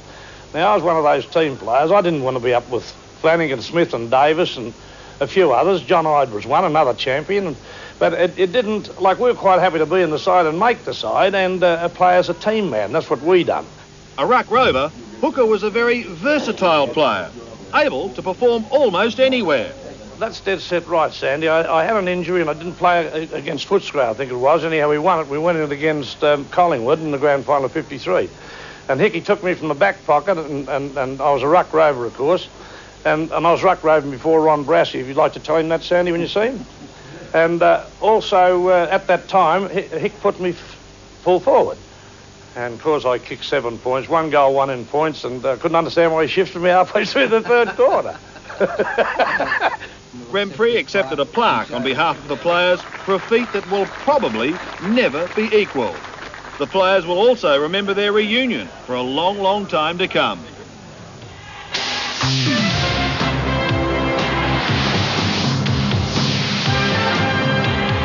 Here's Australia. Tuesday, secret meetings, strange phone calls, a stockpile of weapons. Could they be tied up with a Nazi politician's visit? And a Harriet and the Chief going public with their affair. The heat after Australia's Most Wanted. Tuesday. Don't miss the second big week of the stock take sale at Kmart. Loads of menswear now 30% off. Ronson deep fryer with bonus chip machine cut to $89 at the stock take sale. Ryobi 4.8 volt cordless drill just $62. And Royal Club queen size towels $10.95 each. Don't miss the second big week of discount store-wide, only at the stock take sale, only at Kmart. You just never know when you're going to need instant windscreens, and you won't believe how instant your new instant windscreen can be. They replace windscreens, side, quarter and rear windows, install van windows and apply window tinting for cooler driving, and all work is fully guaranteed. And with Instant's repair it for chipped and cracked windscreens, you may not even need a new windscreen. Instant windscreens fit all makes, all models at the best prices. Quick as a flash. Call Instant. They're great. Great cars. They're great. Great deals. And what a deal on Mitsubishi Pajero GLX V6 from a ridiculous $31,990. But only while stocks last at Australian Motors, the home of Pajero. Great guys. Which Village gives you so much for so little? An exclusive home start bonus loan package, landscape parks and streets, and your own renovated home and garden from just $55,950. Which Village? Rosewood Village, Elizabeth. Stop renting and start owning. Coming up, special guest presenters Jennifer Kite and Agro. Rita Rudner, stopping Russell Crowe. The Full Frontal, Cameron Dano. The Newlywed, a Spring Chief John Bell, a Snag, and Funky Peter Andre. With Jennifer and Agro from Monday. 38 points the difference at half-time in favour of Adelaide before around about 45,000 supporters. It's probably pretty strange, I guess, to find an Adelaide supporter in Melbourne. I guess there are some, but there is one very special supporter in Melbourne, as Max Stevens explains. Mentone in Melbourne and the Kimberley Nursing Home. Looks pretty much the norm from outside, but there's more to this old house, as Crows General Manager Bill Sanders and yours truly found out. The owner, Melissa Fischer-Masser, the German-born former model, has transformed the old building into a football museum. While Essendon and St Kilda have adorned the hospital walls for many years, of late, the Adelaide Crows have taken a stranglehold. It's basically because of Greg Anderson. He moved to Adelaide and I used to sponsor him in Macedon, so I just followed with him and his family to Adelaide. Melissa's generosity towards the Crows has been outstanding ever since Greg Anderson returned to South Australia. But Greg isn't the only player in an Adelaide outfit she supports. Tony Madra is very good. Tony? Yes, because I like the full forwards and I admire his style. As a footballer, obviously, that's all. The patients seem to love it, as footballers are always calling in to spend a minute or two with the elderly folk. There's even a few old players now living at the home. Hey? Would you still be able to get a kick today? Oh, rip, I didn't have this. I got cartilage trouble. Many people would find it strange, a Victorian sponsoring and supporting an interstate team like Adelaide. We're not all the same. My feelings are for them. It's a team and it's a great team. It shouldn't matter. It's been great. She really has been a really good supporter for not only myself but the Adelaide Football Club. Melissa reckons the Crows have class and are a professional group on and off the field. Her love affair with the SA-based side is sure to be a permanent one. No matter what happens, if they're up or down, I'll be there for them.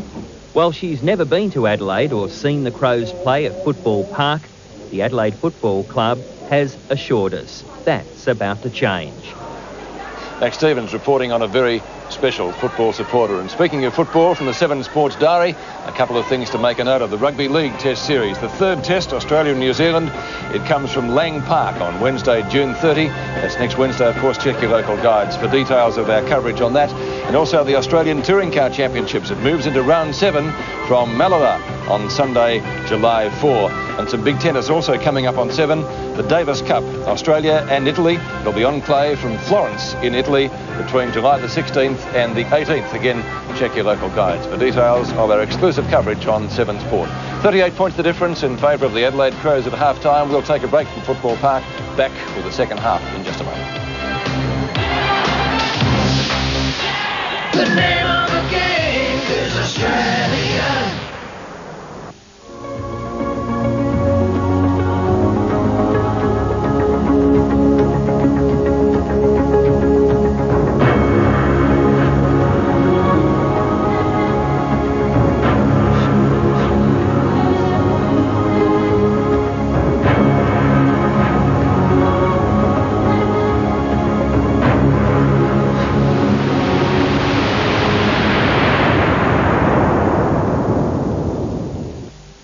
Rowan Jarman only have one end-of-year total store-wide sellout. This is the one.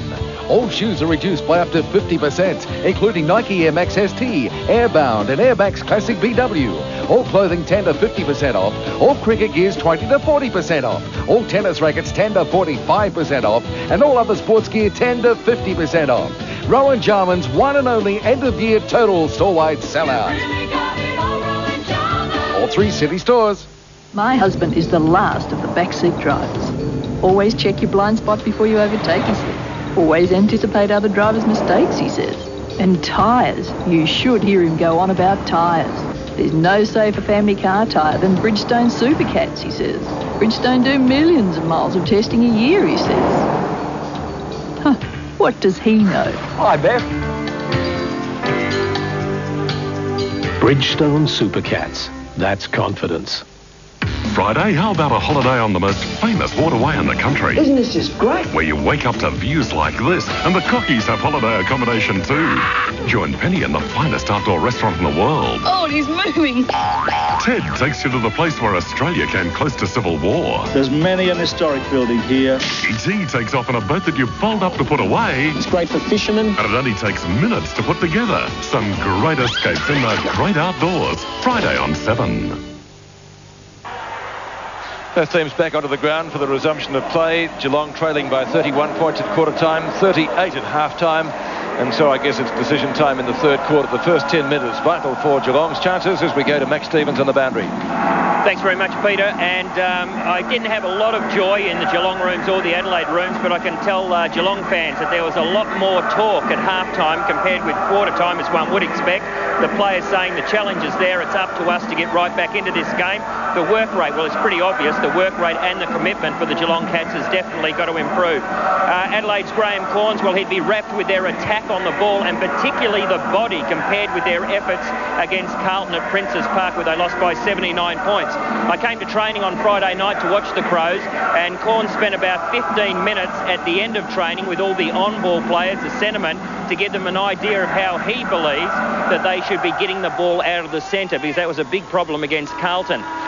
He used different sort of ploys just to give them final instructions, as I said, because it has been a problem how to get it out. Also, Nigel Smart spent about 15 minutes to half an hour with Scott Lee working on kicking the ball for goal. And obviously, it was something like, I saw him kick 12 from that pocket that he kicked one from in the first quarter, and he got something like 10 out of 12. And I must ask you, fellas, Scott Lee, where is he playing? Well, he's covered a lot of territory, Max, and that goal he kicked will certainly be in contention for goal of the week next week on Sports World. It was an absolute perler, and maybe they'll be playing him on the forward line in future matches, Bernie. Well, the goal-kicking practice worked for Scott Lee, didn't it? Yes. Was it meant for Smart or Lee, Maxie? Where does Max get off asking the questions? Well, Sean Wren, have a look at this. Best big man on the ground, Bernie. Oh, terrific performance by Sean Wren. 11 hand passes, setting up a lot of the play, 11 hit-outs also, and some terrific strong marks. Ken Hinkley, who went back across half-back when there was trouble there early with Smart, Dennis. Yeah, that's right, and did pretty well in that second term. And Mark Prosciutto, very strong across half-back. He's had 15 possessions up until half-time. So the first few minutes of the third quarter, vital for Geelong's chances. Gary Ablett has been restricted to 2 goals for, and Tony Montra even less, to 2 behinds. Third quarter from Football Park, 38 points the difference in favour of Adelaide. Red and Barnes go at it. McGuinness, good hand pass on to Bickley, back to McDermott. Bickley again, long hand pass. Visca this time, smothered off the boot. Tim McGrath to do some tidying up work for the Cats. Gary Hocking kicks into space at half forward, and a good mark has been taken by Barry Stoneham. They can do with a big half from Barry Stoneham. Well, you suggested putting him up the ground a bit more, even on the ball, Bernie. And Prosciutto punches it through from behind, or it might even be out of bounds. It's out of bounds. Well, I just think when they're in trouble, Peter, that they could make better use of him. He's been bogged down a little bit at centre-half forward, and not a lot of possessions. He only had 4 possessions in that first half, and maybe just a little run on the ball would free him up slightly. Well, one of our Sports World panellists, Gerard Healy, believes he's pound for pound the best player in the competition. So let's see if he can produce something to get the Cats back into this match. They really need something to happen soon, don't they? Hocking on centre wing with Rowe. McGrath. Oh, too high. Nothing paid. Anderson gets taken down. Bow, a quick hand pass out the front of the pack. Bickley, somebody going past, gives him support, and that is Prosciutto. Young lad who kicked a goal just before half-time. Can he do it again? Matthew Powell gets it into the goal square. It's a wrestle. Darcy comes in. The ball was finally kicked out, or flipped out sideways, really. And it's out of bounds. He could have kept going there, Matthew Powell. He could have had another bounce and had a shot at goal himself. Second goal, his second kick in league football resulted in a goal. Not a bad effort for the youngster. It's going to be a boundary throw-in. Modra at the present time is out of the field of play. That's interesting. Walking behind the goals. I haven't seen that before. But matters not, because McGrath's got the ball and he sends it high towards the wing. Up in front, Stoneham missed it. It falls behind, working it towards the boundary line. Prosciutto, he's had a very good game so far. Just a youngster. He's playing on Paul Couch now, so Couch out of the middle. I think it's pretty hard to tell at times where they line up, Dennis, but I think Prosciutto's still playing across half back. 11 and 6 for Prosciutto. Thrown in on the wing. Wren and Barnes, it falls behind. Bairstow, should have got the hand pass away. Elects to kick though, down towards half forward Stoneham. Strong mark in front. Well done. There's Ablett. He's ignored this time. He chips it in short, and the mark is held just inside the 50 by Steele. So Darren Steele, formerly with North Melbourne, one of 4 ex-Kangaroos, playing for Geelong tonight. Long towards the kick-off line. Forsman did well. It was too slick for Tudor, though. Forsman comes back into the fray. Scott, he snaps at goal. That's a pretty good effort. Just slides it across the face. And it's a minor score. Geelong at 4-6. The Adelaide Crows at 10-7. And Geelong aren't great when they trail at half-time. Only 2 wins from their last 8 attempts. Of course, they led Fitzroy by 8 goals in half-time and won by 7 points. So they really have to get a rattle on in this match. Oh, Rashudo. Mentioned his stats a few moments back. 11 at 6. Still only 18 years of age, Mark Rashudo. Making 12 and 6 now. Smart, the man who got Adelaide on fire in the first quarter when he kicked 3 goals in the space of about 12 minutes. No mark taken right on the 50-metre line. Bairstow to Hinkley. Mansfield actually that came up with the kick. Anderson. He's out. So too is the ball. It's going to be a throw in right in the middle of the interchange area. Player in trouble behind play, Matthew Powell. Yeah. He hit the ground hard. I saw what happened. McGrath in shepherding knocked him over. His head hit the ground very heavily. Wren taps down. Almost hit it to Couch actually. Couch held. He'll get a free kick. Is it legal, Dennis? Yes. What you saw? Everything okay? Yeah, all above board. Okay. Actually, they're taking the stretcher out to Matthew Powell. Well, that means play should stop. Well, he's off the ground anyway. He's not on the ground yet. Well, Rashudo, he got taken high.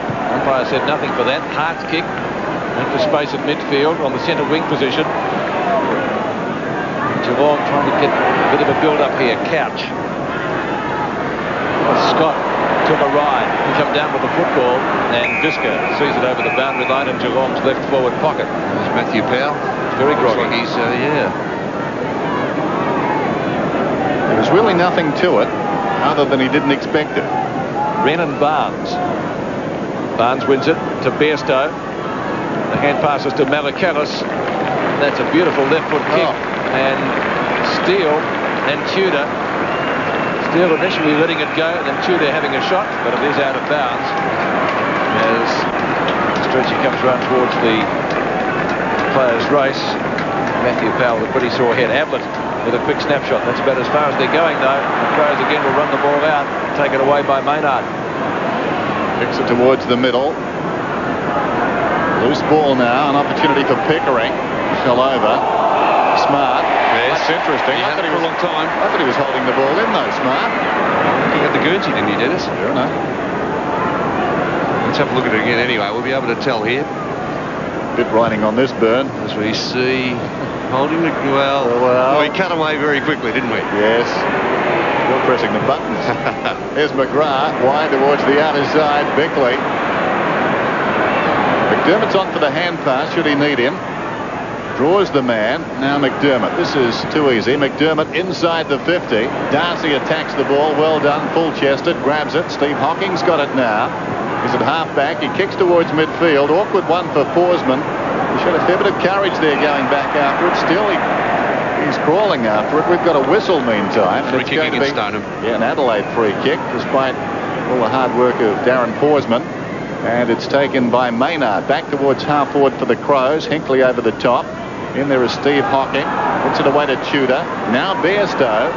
Alongside the centre circle. Timed the release well. Steele boots it down towards half-forward. Coming to it hard. Got a hand to it. Took a deflection. And that filled Ablett towards the boundary line. Jamison. He paddles it out wide. It's out of bounds and will be thrown in. 8 and 3/4 minutes left of the third term. What a cool night in Adelaide. Forecast low, 4 degrees. Players have handled the conditions though pretty well, especially Adelaide, of course. Bairstow did well.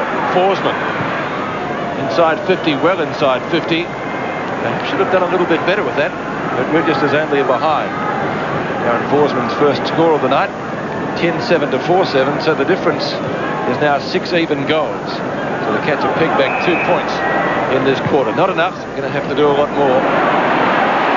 It's a foot race. Anderson gets there first. Mansfield and well shepherded. Back across his body. Marking contest on centre wing. Couch was taken high. And Couch will take the free kick. Brownlow medalist. Paul Couch goes inboard, finds Malakellus. Malakellus kicks to half forward. Forsman, good mark, and this time within kicking distance. He'll be 35 to 40 metres out, directly in front of goal. Yeah, they need this. There's Malakellus, who has the tagging job on McGuinness, just getting away there from Tony McGuinness. And Forsman will be shooting from around about 40 metres, so they need this goal badly, Geelong. Low trajectory kick and hits the post. Well, they're the ones they really must drive home, because if Geelong to get back into this match, those easy shots from that sort of distance, not much of an angle, almost directly in front. Forsman kicks his second behind. So 35 points the difference now at Football Park. Geelong, if they're going to make something happen, have to start. They've got to start working soon. It's a long way home from here. Marking contest. Smart taps it down. Tregenza, quick kick out of the pack. Again, the Crows with the numbers. Hinkley over the top. Tregenza, quick hand pass. Bones already kicked 2. Can he make it 3 from 35 metres? Only one behind. Kicked by Randall Bone. 2 goals, 1 his tap. Modra was on. 10-8 to 4-8. Darcy in short. Bairstow feigns the hand pass. Then sends play towards the outside wing. Tregenza gets it on the ground. Thought about this soccer. Scott did well. Raked it in. Hand passes wide looking for Barnes. Took his eye off the ball. McGuinness has got it now. Brilliant pickup. Wheels onto the right foot. Chips it in short. Bickley. Bickley up near the wing. Lays it off. Storming through on the outer side and booting down towards half forward was Visca. Behind an opportunity down there for Robran. Gets it across to Rowe, who misses to the near side. Normally he does better in that situation. He's something of a sharpshooter as we get down to Max Stevens. Yes, Matthew Powell's slight concussion. At this stage he isn't expected to come back onto the ground, but he is okay. That was it. Caught by the ground camera. It was simply a shepherd when Powell didn't think that was going to be the case, but McGrath was looking for people to run into aggressively, as you'd expect in this situation. Geelong, with such an important game, they can't afford to lose tonight. They need some aggression. Here's Stoneham. A good mark alongside the centre circle. Probing kick inside the 50. Ablett is up in front. It falls behind. Taken by Malakellus. Steele in trouble. A hand pass to no one in particular. Forsman made it his, though. Deep in the pocket. He pulls it back. In the square, the defensive mark is held by McGuinness. There's no one home. Rasciuto. But Rasciuto goes long to the outer side. Bickley. Crows running in numbers. Tregenza to Chris McDermott. McDermott just outside the centre square. Spearing pass into Modra. Great football as Adelaide brought it from one end of the ground to the other. Well, brilliant football displayed there by the Adelaide Crows. And that's the sort of support I was talking about at half-time, Peter. When they get into trouble, they have players there who are prepared to run, and especially across half-back. Visca's been very good. Bickley around the middle of the ground. He's been super, hasn't he? He has. A real competitor, Mark Bickley. Now, Tony Modra has kicked only 2 behinds. So the Ablett and Modra show hasn't got off the ground yet. Is that Modra's first? Have to wait on the goal umpire. He too has shaved the post, as Ablett did late in the second quarter when he had that shot off the ground. So Modra 3 behinds. Gary Ablett 2 goals 4. Who would have expected that? 14 and a half minutes left in the term. Tim Darcy with the football to kick in. The Geelong revival hasn't yet happened. They got absolutely slaughtered here last year in round 23. Memories of that. Barnes took the majority of the ruck work. Hooper's also been onto the ground in spells. That's a good mark taken by Rasciuto, who seems to be getting better as the game gets longer. Very impressive tonight, Mark Rasciuto. Rasciuto 14 and 8. That's his 6th mark. Kicks from right centre wing up towards half forward, and it'll be a mark or free kick to the Cats. Mansfield gives it off quickly to Ken Hinkley. Now to Gary Hocking. Gary Hocking at left half back, and that's a good kick. Finds Paul Couch on his own at left centre wing. Across half forward though, their troubles have been pretty consistent. No free kick for that. Barry Stoneham was looking for one. Horseman hands the ball back to the boundary umpire with this capacity crowd at Football Park. Barnes gets the front position. Wren gets the tap out. Malakalis went through beautifully and then got pinned. The ball was held to him, says the umpire. And it's going to be a bounce right on 50. Who would have thought Adelaide, after 79-point losers to Carlton, to come out tonight? Revitalised side. McDermott over to Jamison. 25-metre hand pass to the run of Tregenza, but it bounces better for Tudor. Tregenza tries to get himself back into the contest. Did beautifully, excellently in fact, to McGuinness. McGuinness's kick down towards half forward. McGrath goes the punch out of the hands of Maynard and Stoneham. Out wide, well-weighted kick to Steele. Quite similar, those two, in fact. Both have got red hair. 25 and 26. Hart waits for the bounce. Outlet. George charges through. Two Geelong players are down. And the Crows. Wren. Oh, the big man does a blind turn. Tonight, he can do no wrong. And they bring it away. Biscuit towards the wing. Maynard pulls it back across his body. Smart. Oh, what a terrific mark. And that should be 50. Yes, he's got him in a headlock there. The umpire. Oh. Come on, umpire. Now let's... Dear, oh dear. Rowan Sewell's an experienced umpire, but he was definitely dragged to the ground and held down there by Ken Hickley. Had to be 50. I agree. Here's Smart. Down towards the pocket. Modra comes on the lead and marks it. So Tony Modra deep in the right full forward pocket. The angle will be set. Post is first here. Still not a goal kick in this term either, Dennis, by either side. Buzz around this crowd. Modra, sharp angle. Very still night. Modra misses by a country mile, out of bounds on the full. In the right full forward pocket. Well, Modra only 2 goals last week against Carlton. Not 1 goal here tonight at Football Park. So we're maybe just having a little bit of a quiet spot, but he's got plenty of the ball, hasn't he? 7 marks. 7 marks, Bernie. 7 marks, yes. Had 8 kicks. Here's Darcy. High kick back towards half back. Barnes works his way in front. That's a good grab. Barnes left half back. The Cats need some fire. High towards the wing. Stoneham is outnumbered there. Strong grab. Just wrenched it out. A good quarter by Stoneham, Dennis. He's worked his way back into this game. Stoneham towards centre half forward then. Couch is drifting back. Awkward one for him. It was Bairstow in front. Shooter's got the ball in any case. He boots it down towards the pocket. It was Couch. Ablett's got it meantime. He runs it through on the bounce. The name of the game is Australia. All this flash new gear, you'll be needing a fax. And a pager. And call diversion. And a young doctor must have a mobile. Dr. Boyd's surgery. The fact is, Doc, only Telecom can provide your total communication needs. Fax and paging services, call diversion, even the good old phone. You know all that new phone stuff we need? Yes. Did you know only Telecom can provide the lot? Yes. Telecom service, we're talking total communication. How does McDonald's make those great bacon and egg McMuffins? One freshly cracked egg at a time.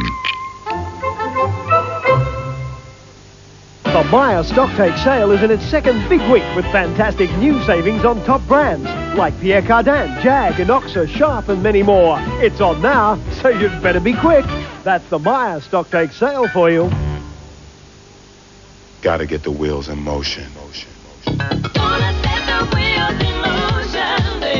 At your local BP shop, you'll find just about everything you need. So get your wheels in motion and get on down to BP on the double. Because right now, buy 2 of any product and you could win one of 800 fantastic mountain bikes. There'll be a winner at every BP shop. BP, on the move. The 4X Test Series is here. Do the Kiwis have a chance against Australia? Na na na na na na na na na na na na na na na na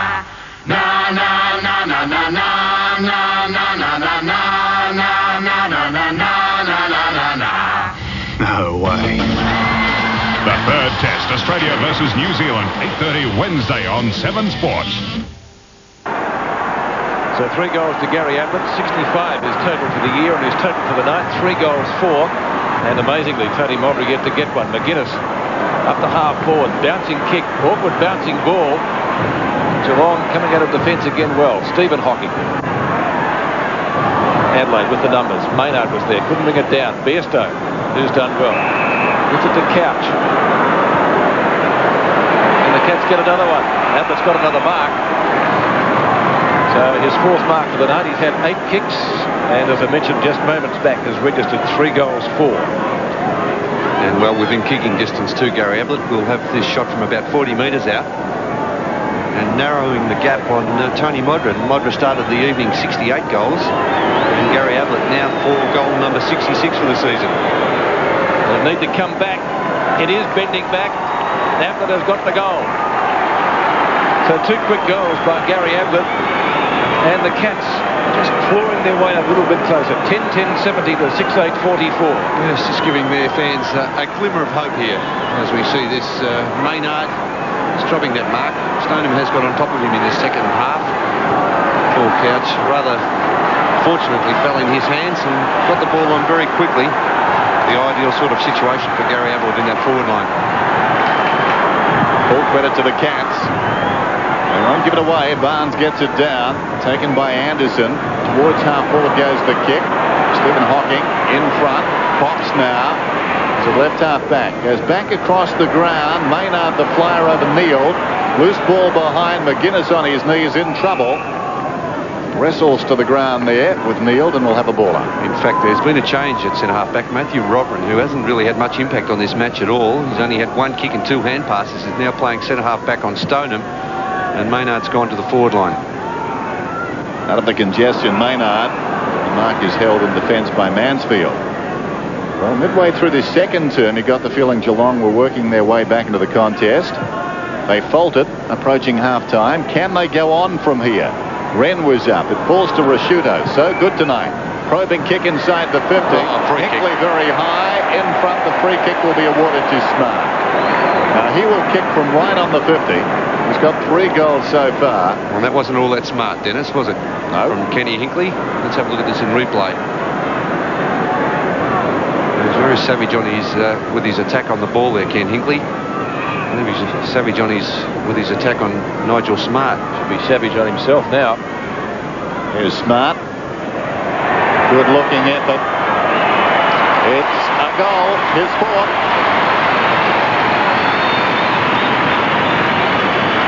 And interestingly, Bernie, all Smart's goals have come at that end. 3 in the first quarter and now 1 here in the third. Yes, so 3 early goals when he lined up on Stephen Hocking. Of course, it was a mismatch because Nigel Smart a little bit too agile and too tall for Steve Hocking. We'll see that in replay. Obvious free kick there against Ken Hinkley.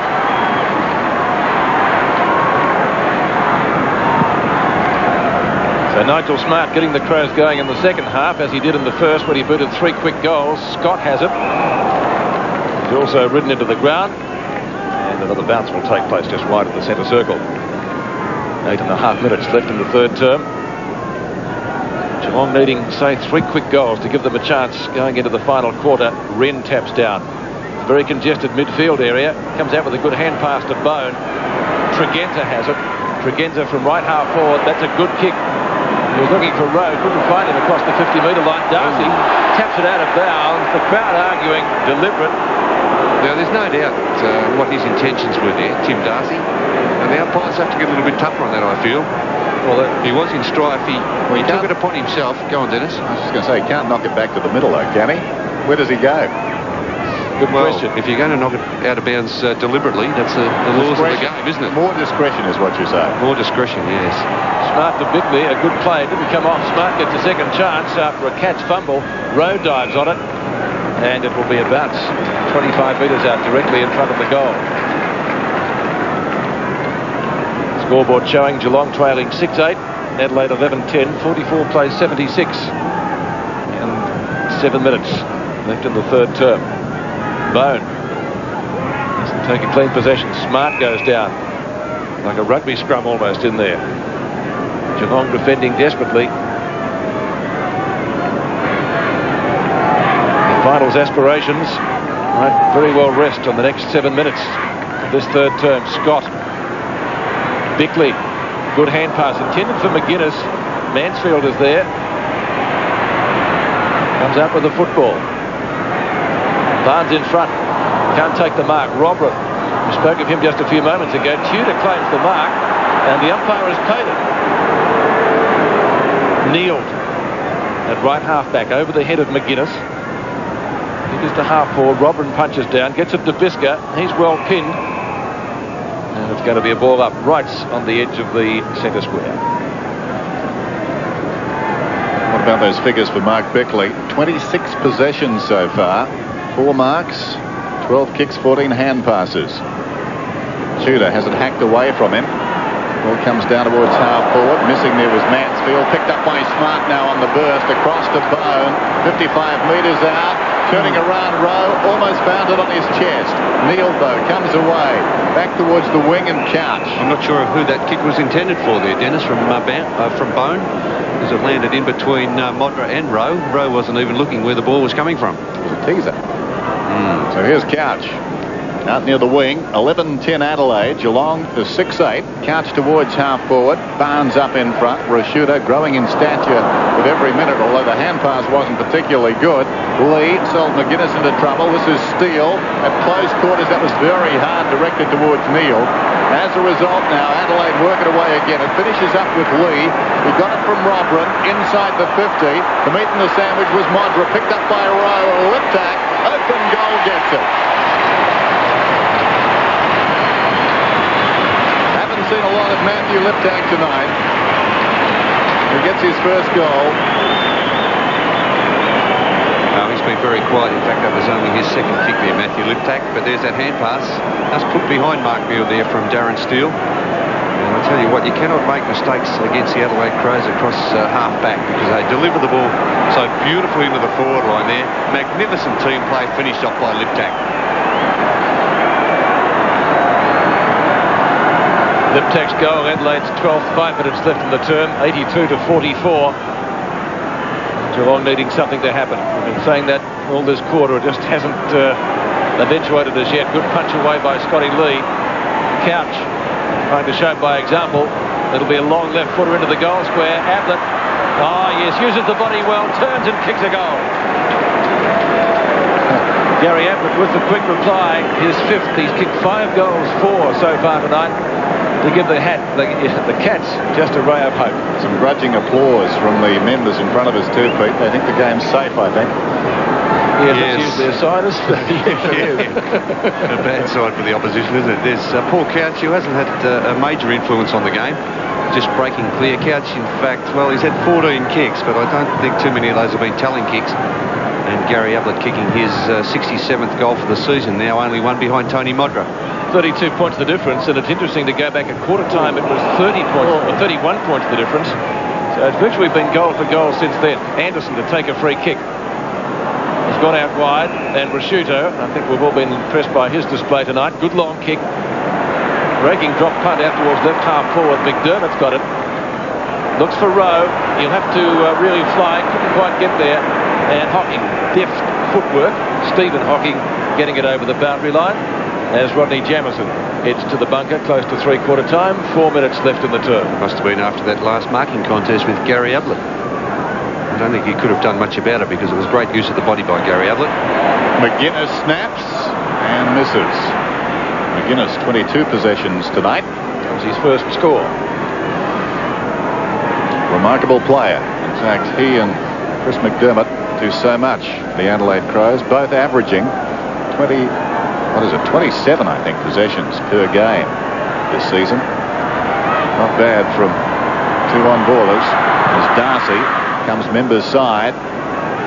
In best position, Pickering. Bone finishes up with it. Dragged down by Mansfield. And the bounce at right half forward for Adelaide, who lead 83-50. So the Crows back in style, it seems, tonight. Still plenty of time, but Geelong not going well enough. Coming through Bairstow. Missed by Gary Hocking, who's really gone out of the game in this term. Barnes did well back towards Hocking. He was late in his path. He couldn't control it. Scott tries to keep it alive. Visca took one high. Now an opportunity for McDermott. He was tackled high. Free kick is eventually paid to the Adelaide skipper. Well, Scott should have got out of the way there and that Hocking charged through. He was the one with the run on the ball going towards the Geelong goal. And the shepherding should have been provided there by Robert Scott. McDermott from right half back. Through centre wing. Hinkley, big leap from behind. McGrath, tackled by Rowe. Lip tack, as smart as you like. Away to McGuinness, who goes looking for Modra. Would have been better advised to go for goal. He runs on. McGuinness about 20 metres out. Is tackled. It comes back to Lip tack. Great tackle, Mansfield. You're right, Dennis. And the ball is jarred out of bounds. The play there was for McGuinness to ignore Modra completely because Darcy was breathing right down his neck. He was within the 50 metres, on his left foot, favoured by this side of the ground. Never mind, it didn't happen, did it? I was impressed by the tackle of Mansfield. And also the work of Darcy there. He worked very hard. There's a whistle. Could have been, got the ball. I think it was high on Pickering. Malakalis. Well, there'll be celebration in one Malakalis household tonight because of the Swans' victory. At the centre wing, Barry Stoneham, who's had a good quarter. After, for him, a relatively quiet first half. Couch gets the ball in front of him. He can just about kick a goal from there. Ablett and Hart. Ablett too strong in the clinches. He'll have to get around under his left foot. He does. Snaps and kicks a goal. So Gary Ablett, 6 goals, 4 for the night. It's a one-man band on the Geelong forward line, really. 12-11 to 8-8. Well, he's been magnificent this year, hasn't he, Gary Ablett? As we watch Stoneham. And he's certainly lifted his work rate in this third quarter. And Paul Couch also, I said he'd been quiet, but now he's having a few telling possessions. A good kick, a centering kick into the forward line. We see Ablett with good body work on Hart and then getting around nicely to snap it on his left boot. Good effort by Paul Couch. He's got 15 and 3. Gary Ablett's stats now 6 goals, 4. 12-11 to 8-8, and maybe Geelong, if they can get another goal before three-quarter time, would have a chance in the last term. Steele's tackle ineffective. Anderson likewise dispossessed. Pickering looks for a long hand pass. Gets one. Steele is there. A quick flip up to Neal, who kicks into the pocket. It's gone too far for Gary Ablett, and Hart sees it safely over the boundary line. Well, there he is, the oldest man on the ground at 31, Gary Ablett. 6 goals tonight. Interesting, we saw Rashido and Hart chasing him, and he kicked that last goal. You add up their ages, only 4 years above him. So a toss in, around from the behind post. Geelong's attacking end, and they will not give up. Melikelis comes to Neal. Gained about 10 metres. Forsman deep in the pocket, goes for the banana and hits the post again. 3 behind he's kicked out. 2 posters at least. There's the time remaining. This has been a poster by Ablett and one by Forsman, and also one by Modra. And now 50 metres against Gary Ablett, pulls him back towards the half-back line. The Adelaide Crows. Hart's got the ball. 12-11, 8-9. So Geelong not done with yet. Hart. That's a massive kick, about 70 metres. Great mark. Juggled there by Smart. Inside the centre square. Geelong can't concede a goal here. Modra comes on the lead. Mansfield's got it. And the danger is past. Mansfield goes in short. And on the 50. lead, Bairstow's got it. Oh, he's not paying it. Certainly a big shot there after Bairstow had taken that mark. Clock is down to 20 seconds as Bairstow unloads for distance towards centre half forward. Stoneham has been very good in this term. Couldn't hang on that time. Gary Hocking slaps it out. Forsman inside the 50. Can they finish with a flourish? Long kick slides across the face. Ablett, was he across the line? Not according to the umpire.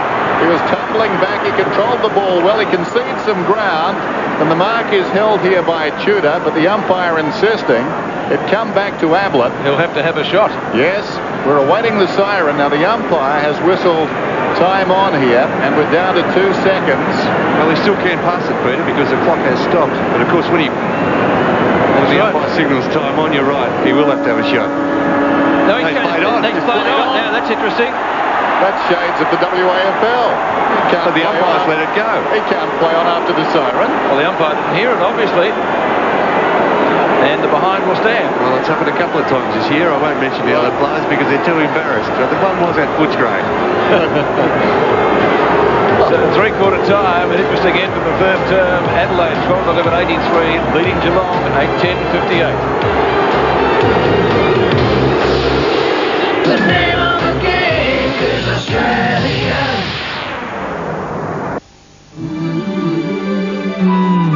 Delicious soft serve cones, 30 cents.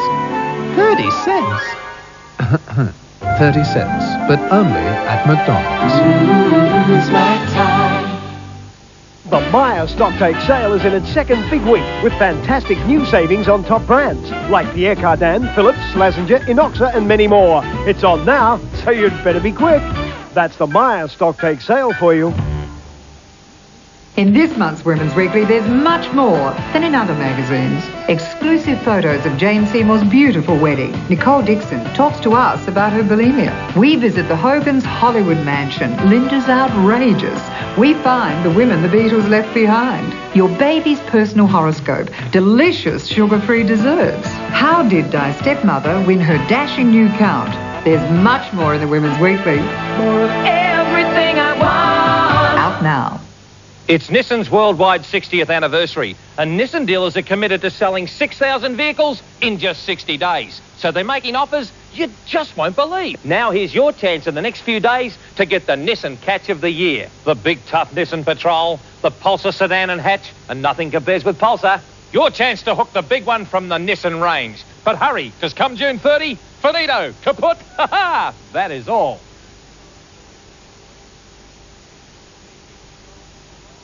How does it happen? You're down in a mine, or painting a sign, or strain until you thought you'd burst. You sure got a thirst. A hard-earned thirst needs a big cold beer, and the best cold beer is Vic. You're leaving the band, or lending a hand. You can get it any old how. Matter of fact, I got it now.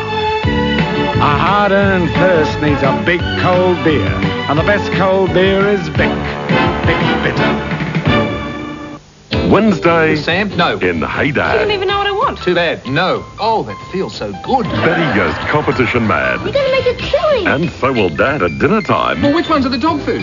This is the dog food. Then it's the step-by-step mother and daughter beauty pageant. Why would anybody want to put themselves on display like a piece of meat? Oh, man, then what's the point? Hot acts and cool receptions. I'd rather see a whole lot more of you. 2 laugh-packed family comedies from 7:30 Wednesday on Channel 7. Thursday's a dodgy night on 7. I'm blind dodgy. Welcome to pay television. It's not my fault. The satellite keeps moving. See Fred Nile and Paradise Beach copper bagging. Yeah, that too. Full Frontal, 8:30 Thursday on 7. And at three-quarter time, the difference is 25 points. It was 38 at the main chain. So Geelong, through a late quarter burst by Gary Ablett, who now has 6 goals, 5, getting themselves back into this match. And maybe they can still make a game of it during the final quarter. It's certainly a reachable target. Next week, round 14. And Adelaide, are they facing a danger game at the Sydney Cricket Ground on Friday nights after the Swan success today? 4 games played on Saturday: Geelong, Footscray, Fitzroy North, St Kilda Melbourne, Essendon and Brisbane. And on Sunday, West Coast and Carlton should be a beauty, and Richmond will play Collingwood. Hawthorn has the bye. Check your local guides for details of our coverage on 7 Sport. Very interesting development there while we were away at the breakdown, and perhaps you might be able to explain, because the umpire, when Ablett played on, obviously didn't hear the siren, and that point will stand. Yes, it's a bogus point in the scheme of things, but the players had gone to the three-quarter time huddle and they put up their advertising hoardings and everything else. 4 players, I think, were out there with the 2 umpires playing their own game, and it went on for about 45 seconds, and the runner from the Geelong huddle had to run across and tell them it was three-quarter time. I've never seen anything quite like that, but yes, Geelong have a point they're not entitled to. Well, the quarter, of course, doesn't end until the umpire hears the siren, irrespective of when it goes. So an interesting point, and Geelong got a point from it. All right, let's go down to the boundary line. Here's Max. Well, actually, Peter, I thought I was going to get a kick there for a while. I was out at centre-half forward because it had me totally confused as well. And as Dennis said, the umpires. Now, Geelong, well, Malcolm Blight has told them a far more impressive quarter. Keep working, still a big chance. And that's about all I can tell you, because Graham Jelly, the reserves coach, gave me one of those similar serves I copped from one of the Fitzroy boys a few months ago, a similar serve to what I copped in grade 6 at school. Graham Corns, well, he'd be thinking and he'd be starting to worry. The Crows notorious for doing so well for 2 or 3 quarters here at Football Park, but not finishing off, and that would be his concern. Matthew Powell, slight concussion. He isn't expected to come back on the ground, as we said, in that third quarter. Well, thank you, Max. Well, Malcolm Blight was very brief in what he had to say to his players. The Crows, as you can see, still being addressed by Graham Corns, and the Cats have gone to all parts of the field, ready to get underway for the final quarter. So, obviously, Blighty, Bernie, what he had to say was pretty brief. Very short and sweet, and to the point. But I think he would have been pleased with what he saw in that third quarter there, because Stoneham certainly got on top at centre-half forward, and Gary Ablett was their only goal kicker for the quarter, kicking 4 goals. And their only goal kicker for the night. Oh, that's right. He's kicked 6.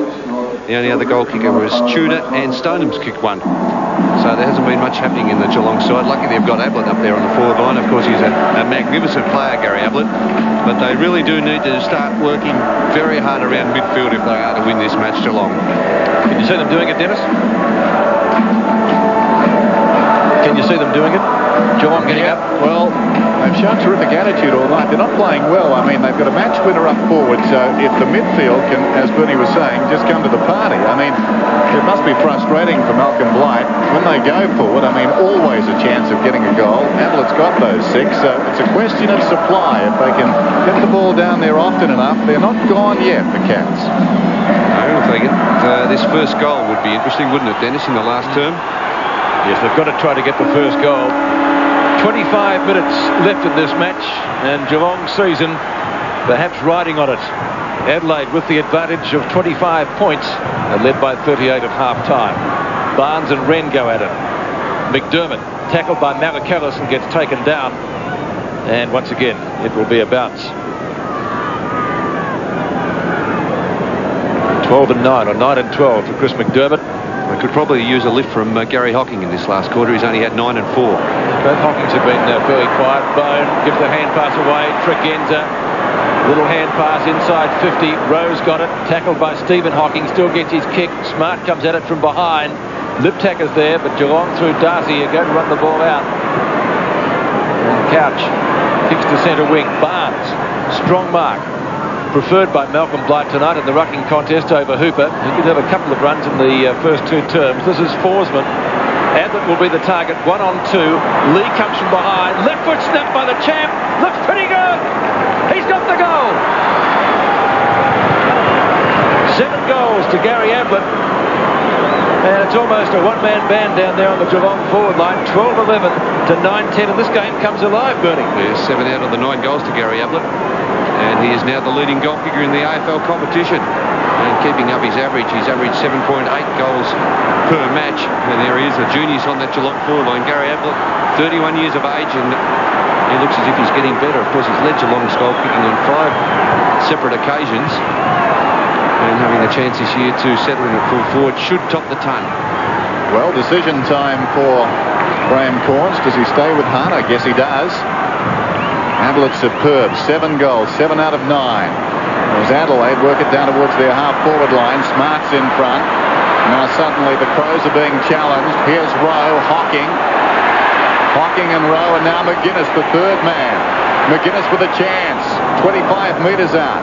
Has missed. Just snuck in for a behind. Well, you look back over the season for Gary Ablett. 14 against Essendon in round 6. 12 against Richmond in round 8. And tonight, just a show down there at full forward. Not a lot of opportunities, and we said at 3/4 time, if the Cats can only get it down there, he can win this game for them. 9-10 to 12-12. Barnes. He wants it high, obviously. This man's been good too, Tim Darcy, with his game on Modra. Yeah, terrific. Here's Neal. Up from the back pocket. McGrath. Away he comes. Long thumping kick towards the outer side wing. It clears the first 2, and Bisker, third in the queue, takes the mark on his chest. It will be 50. Gary Hocking, who started so well, and simply drifted out of the game. A very quiet third term when they needed him. Still, he may come back to make amends. Bisker, brandishing the football, goes out wide towards right half forward. Bone did well. Worked Bairstow out of the contest. Bone right half forward. Packed house at Footy Park telling him to go long. He does. Oh, what a grab! Free kick's been awarded, I think. And bad luck, because that was a sensational mark by Tony Modra. Well, Neil got the free kick. I presume he was the man in front. Tregenza's got it. Not in front of Modra. I think in front of the pack. And now Maynard gets the ball coming back in. Well, poor defensive kick, though, from Geelong there, Dennis. It was indeed. But the highlight reels have been robbed of something very special there. What a leap by Tony Modra. Meantime, Maynard, this one counts.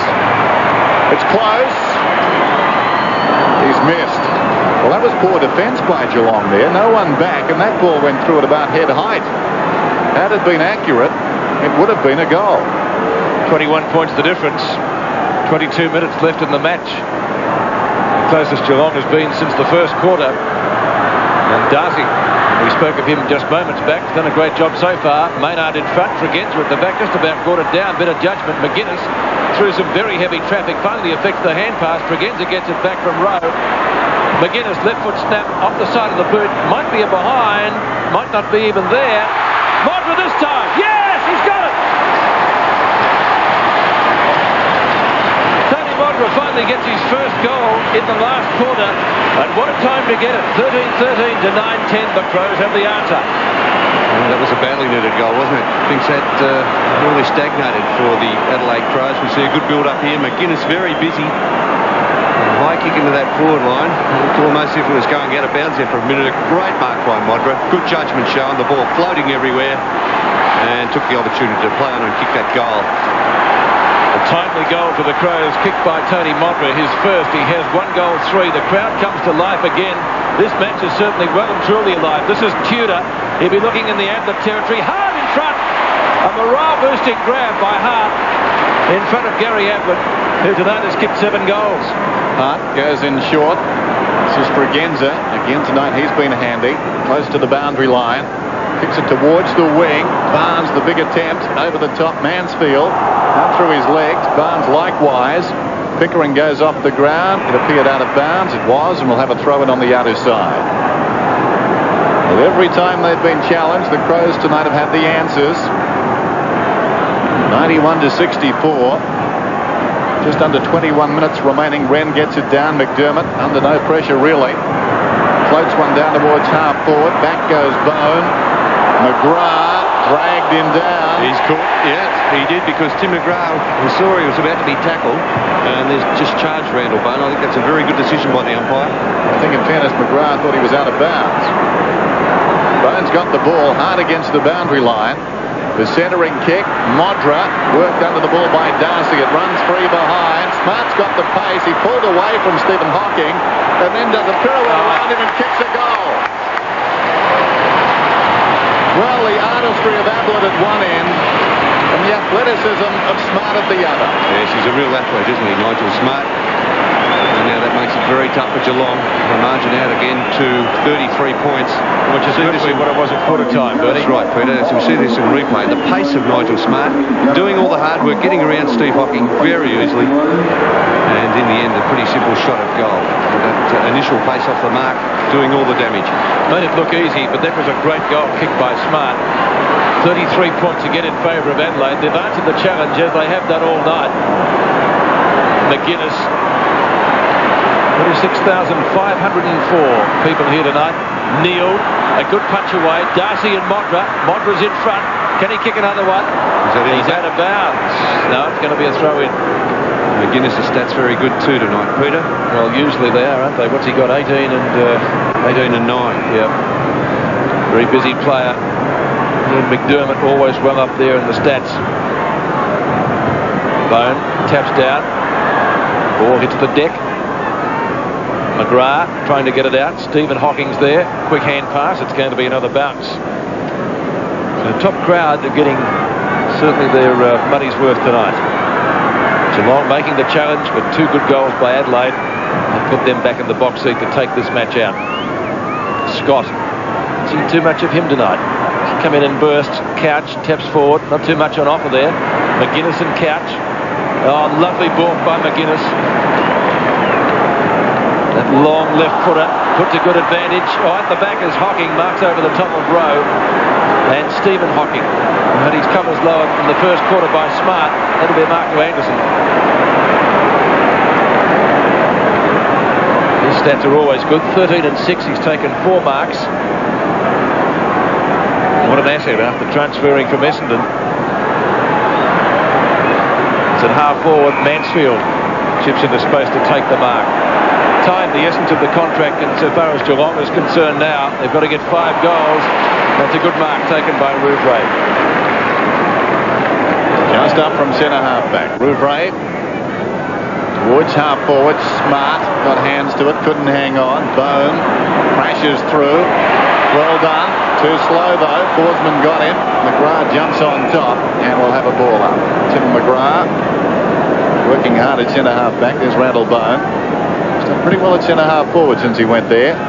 Wren gets it down. Hinkley high up and under, back towards the wing. They come from all directions. Forsman, a very good mark on his chest. He was surrounded. Forsman kicks in towards half forward. Malakellis on the lead. Marks on his chest. And where's Adelaide? Long kick down towards full forward, but wide of the mark. I think the target was Stoneham coming back. In any case, it was Visca who marked it. Off, good mark by Anderson. Strong mark, wasn't it? Yes, he's been worked over tonight. Hit hard a few times. Ball in play. Still, he keeps bobbing up, as does Smart. Trying to ruin that one. Hinkley and Smart slow to get up, and behind them, Rowe and McGrath likewise. McGrath, outstanding selection back in the 92 March draft. Only 4 of the 55 players drafted then played this weekend. Schenko, Watson, that's Tim Watson, and lead shooter in this game with the others is McDermott. Forward of the wing, down towards the 50. Oh, good mark. Maynard to Rowe. Rowe running into an open goal. Fumbles. And what's he done? He's going to get a free kick, I think. He's kicked it anyway. Has he?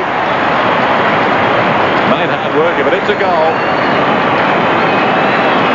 Well, he had time to steady there. That fumble from Stephen Rowe, because Maynard, who took that mark, then provided the shepherd. We see this good body work here by Maynard, just keeping Mield out of the contest. He gives the hand pass off, but he doesn't stop there, Maynard, because he provided the shepherd and kept Mield out of the contest very nicely. Stephen Rowe gets his first goal, and you would almost think that could make it safe for Adelaide. Barnes tries to go off the ground. Oh, McGuinness gets poleaxed by Malakellis.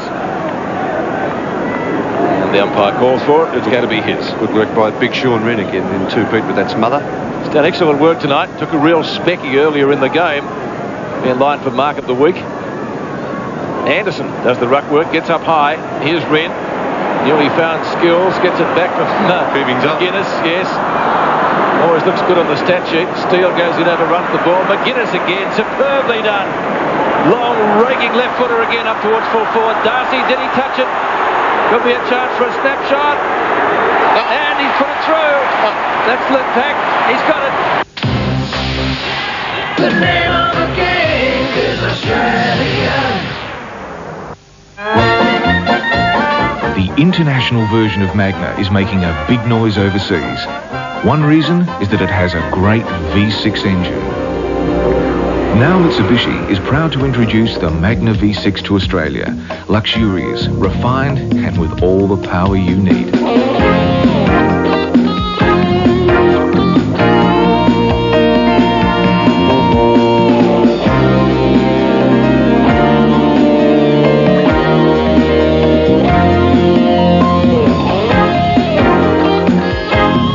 Mitsubishi Magna Executive V6, sedan and wagon, a welcome addition to the Magna range.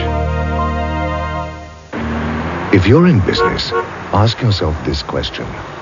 If you're not prominent in the Yellow Pages, how are people going to find you? Advertising in Yellow Pages works. To be in it, call this number. Foodland now has nearly twice as many stores as the others, and we're celebrating with a 2-for-1 sale. Buy 1 pack of Castle Middle Rashers and get 1 free. Buy 1 2-litre bottle of Schweppes Cola or Diet Cola and get 1 free. Buy 1 4-pack of Cousins Pearl Soap and get 1 free. Buy one bottle of Sunsilk shampoo or conditioner and get one free in the Foodland 2-for-1 sale on now. 9:30 Thursday on Channel 7. Be prepared for the year's most sizzling premiere. The sexiest bodies, the hottest looks, the most exotic locations, competing for the most coveted and toughest swimwear competition in the world. When you hear your name, that's like the best part of it. For some, it'll be the once-in-a-lifetime chance to crack the big time. That's a wrap. Their dreams of glamour, excitement and fame. The Swimwear Illustrated's Bikini Model Search. 9:30 Thursday on 7. 16-13 to 9-10. Wren goes up, gets it down. Sharkto by Bairstow. Inside the 50 goes the kick. Rouvray going back, didn't connect. Here's Forsman, quick reply. So Forsman, his first goal. And Geelong at 10-10. Adelaide are 16-13. Yeah, the margin 39 points now, after being 25 at three-quarter time. So the Crows have responded to the challenge in this last term. Adelaide did kick the first goal and started to present some sort of a threat. Forsman's kicked his first goal after kicking 3 behinds, including 2 posters. I think he might have a corky too, Bernie. He looks a bit proppy on that left leg. Margin 39 points. Just over 15 minutes to full time. And it seems the Crows are destined to be back in the 6 tonight. McDermott at close quarters looking for McGuinness. Picked up well by Wren. Bickley pushed off the kick taken by McGrath. High kick towards centre half forward. Over the top, Rouvray. Hocking had a chance, couldn't control it. Visca was taken high. Advantage was paid. Bickley again adroitly over the top. Taken by McGuinness. The old firm, McGuinness and McDermott. McDermott goes down towards half forward. Modra taking giant strides as he approached that one. It falls behind. This is Stephen Hocking. He stopped. Everybody else ran on, but the hand pass was ill-advised. It's taken by Smart. Fired one at Bone who couldn't control it. McGrath comes away with it. Confronted. Gives it to Tudor. Tudor forward of half-back. Down towards half-forward. Robrin comes at the ball and he's content to take it out of bounds. So throw in at right half-forward for Geelong, who trails 70 to 109. So really the Cats have made only little inroads since half-time. It was 38 points the deficit then they faced. And they've lost ground, of course, in this final quarter. Stoughton spins out and then spins into trouble. Rasciuto, and they've been impressed with his game tonight. McDermott from Visca. Anderson at midfield. 15 and 6 his stats, make that 16 and 6 now. Down towards left half forward for Adelaide. Liptak over the top. Smart paddles it through. Looks for Rowe. Now Liptak, he overruns it. Stephen Hocking, dispossessed. Good tackle. Geelong working overtime in defence. And Hinkley's kick out of bounds with under 14 minutes left in the match. The difference 39 points. Jamis is coming back on, replacing Rouvray. Boundary throw-in. Close to centre wing. This is Bone. Rucks well. Modra in front. Waits for the bounce. And I'll borrow a phrase from Peter McKenna. Ducks back. Snapshot. Not his night. And plagiarism is rife.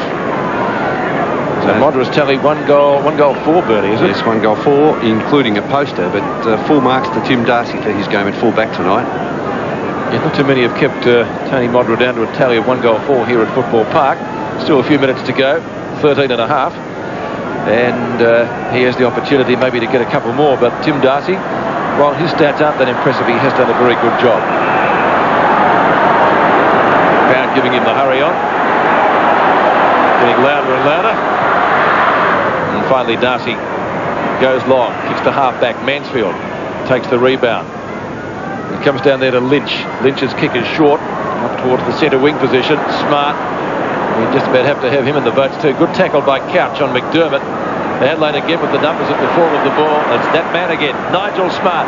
Kicks to Modra. Darcy does well again. And Darcy looking for support. Not too much on offer, and he takes the ball over the boundary line. Great stuff again by Tim Darcy. He's got to work on that getting it out of bounds, though. Sooner or later, he's going to get pinged about 5 times in one game, I think. Thrown in. McGrath on the ground. Steele grabs it. Boots it back towards the wing. Awkward bounce for Hooper. Taken by Wren. There's down towards half forward like a rover. Puts it in the air for Modra. Dropped his head that time. Darcy did well as he was falling to the ground. He got a fist on that one. Up towards half back it rolls. Taken by Steele. Hooper lumbers away. Across it comes to Tudor. Alongside the centre circle. He kicks it inside the 50. Up in front Stoneham. Knocked on by Forsman. Here's Ablett deep in the pocket. What can he manufacture here? It's bending. It's bending. Not enough. It was a terrific effort from there by Gary Ablett. Well, I guess if they could devise a composite game equal to both, I'd like to see him go one-on-one with Michael Jordan. Who'd we back? Oh, Jordan. 7 goals, 5 anyway to Ablett. We'll never see it. We won't have to worry about it, Dennis, anyway. Rashuda around the outer side. You can have a bit of license late in the game. Here's Jamison, comes up and takes the mark on his chest. They charge a fair bit to get in, though, Dennis, I think. Both have magnificent skills. Mansfield was the player behind. And here's that man again, Nigel Smart. He's kicked 5 goals, 1 so far. Low trajectory kick, and one bounce through. Only one behind. Should have went for a high trajectory kick there, Peter. He had a chance, didn't he? He had distance was on his side. He was only about 30 metres out at most. So perhaps should have done better. Easy from up here, of course. Darcy to kick in. Smart's tally 5 goals 2. Against that, Tony Modra 1 goal 4. There's a few vying for the votes here tonight. Sean Wren's played a great game in the ruck. He has, one of the best Tony games. McGuinness on ball. And also Smart at centre half forward. Tudor. Oh, that wasn't too good. I don't think Blighty'd be too happy with that. So out of bounds on the full. Tregenz was going to take the free kick. 13 and 8 in stats. He's been good again. He always is. He rarely turns in a bad game. But Wren, most impressive tonight. Bickley, who kicked a great goal. He's always good as well. Modra gets to the front. Darcy over the top. Maynard. That could bounce through. It's going forward like a top spin lob. And it's finally through for one behind. Ken Hinkley trying to flip it back, but not successful. Maynard's tally for the night, 2 behind. 16-16. The Adelaide score, and Geelong 10-11, 71. So what did that make it? 41 points the difference. Crows should be able to go on with it from here. Hinkley, good long kick to the outer side. Ring! Terrific stuff, sure. Another a great mark. Mark number 8. And those 2 players have done well. And here's Smart. I'm glad you're giving the vote, Bernie. Yeah, well, it's pretty tough, isn't it? It is. The 3 players we just spoke about. And don't forget combining McGuinness. Again. McGuinness with 31 possessions. What's Sean Wren done? He's had 8 marks, 6 kicks and 16 hand passes. McDermott's had 23 possessions. Not as telling, though, I wouldn't think. And Smart's kick, I think, just off target. Through for only a minor score, so 5 goals 3 to Nigel Smart. And while he's been a good defender, won all Australian selection there, doesn't he look spectacular on the forward line? Well, he certainly does. And this man, it'd be hard to keep him out of the votes too, Dennis, with his form tonight on Tony Modra. Yes, Darcy. This is McGrath. Forward of half back. Runs a long way. Boots it down towards half forward. Robran from behind has done pretty well on Stoneham. Won it forward. Wren shovels it back towards centre half back. Visca, the look away hand pass, comes unglued. Now Bairstow measures the kick from 40 metres out. Ablett in a very tight situation. Free kick coming in low, and I think that's fair enough. Ablett had a tough decision to make there. Well, the player wasn't looking at the ball, I don't think, as he was running back. Let's see. There it is. Oh, look, that is soft. Still soft, Dennis. I know According to the rules, it's correct, though, Bernie, isn't it? Well, he wasn't looking, as Dennis rightly commented on. He wasn't looking at the ball, but Bairstow should have kicked a goal anyway. We wouldn't have had to worry about it. That's the way it works. Ablett. Goal. 8 to Gary Ablett. The crowd not happy. 70 for the year. Well, I can understand the crowd feeling on that one. It was a fairly soft free kick. I missed the replay before I dropped my biro, so can I watch this Yeah, again? well, have a close look at this, Dennis, because Bairstow runs to within about 40 metres. A very ordinary kick off the boot. Oh, now that's got to be a free. It has to be a free. Yeah, that's got to be a Well, free. he hardly brushed him. I think he just breathed on him very gently. Dropped my biro again. So we're back in the middle. 16-17, 11-9 minutes to go. Scott wrestled to the ground. This is Hooper. Gets it away. Couch. Forward of the centre circle. Where's Ablett? Falling back off Hart, who did very well. Controlled it forward to his own advantage. Lee is in there battling with Ablett, who somehow gets a hand of the ball, keeps it in play initially, and now a sense of anticlimax as it trickles out of bounds. Throw in. Geelong's attacking area, 45 metres from goal, 8.5 minutes remaining in the contest. Brennan Hooper, Stoneham over the back. Umpire's found a free kick. It's going to Red. Well, I suppose taking a line on that previous decision, you'd have to say that's fairly soft too, Bernie, wouldn't you? I would. Awkward kick off the boot. McGrath hits it down. Now it's a Geelong free kick. I think that was for over the shoulder. Tim McGrath got plenty of distance in that. Well, Robin not intending to go for the mark. Bairstow did well. Visca provides the opposition. Tregenza. About 4 or 5 Crows players there. They could have rattled that one. Probably should have done better. Maynard, did he get a push in the back? Won't matter. It's Jamison with the football. Modra. Anderson. Kicks from a standing start. Should have kicked a goal and has registered only one behind. 1-1 to Greg Anderson. 18 kicks he's had and taken 5 marks. A very busy player again. 16-18 to 11 of Everton Football Park.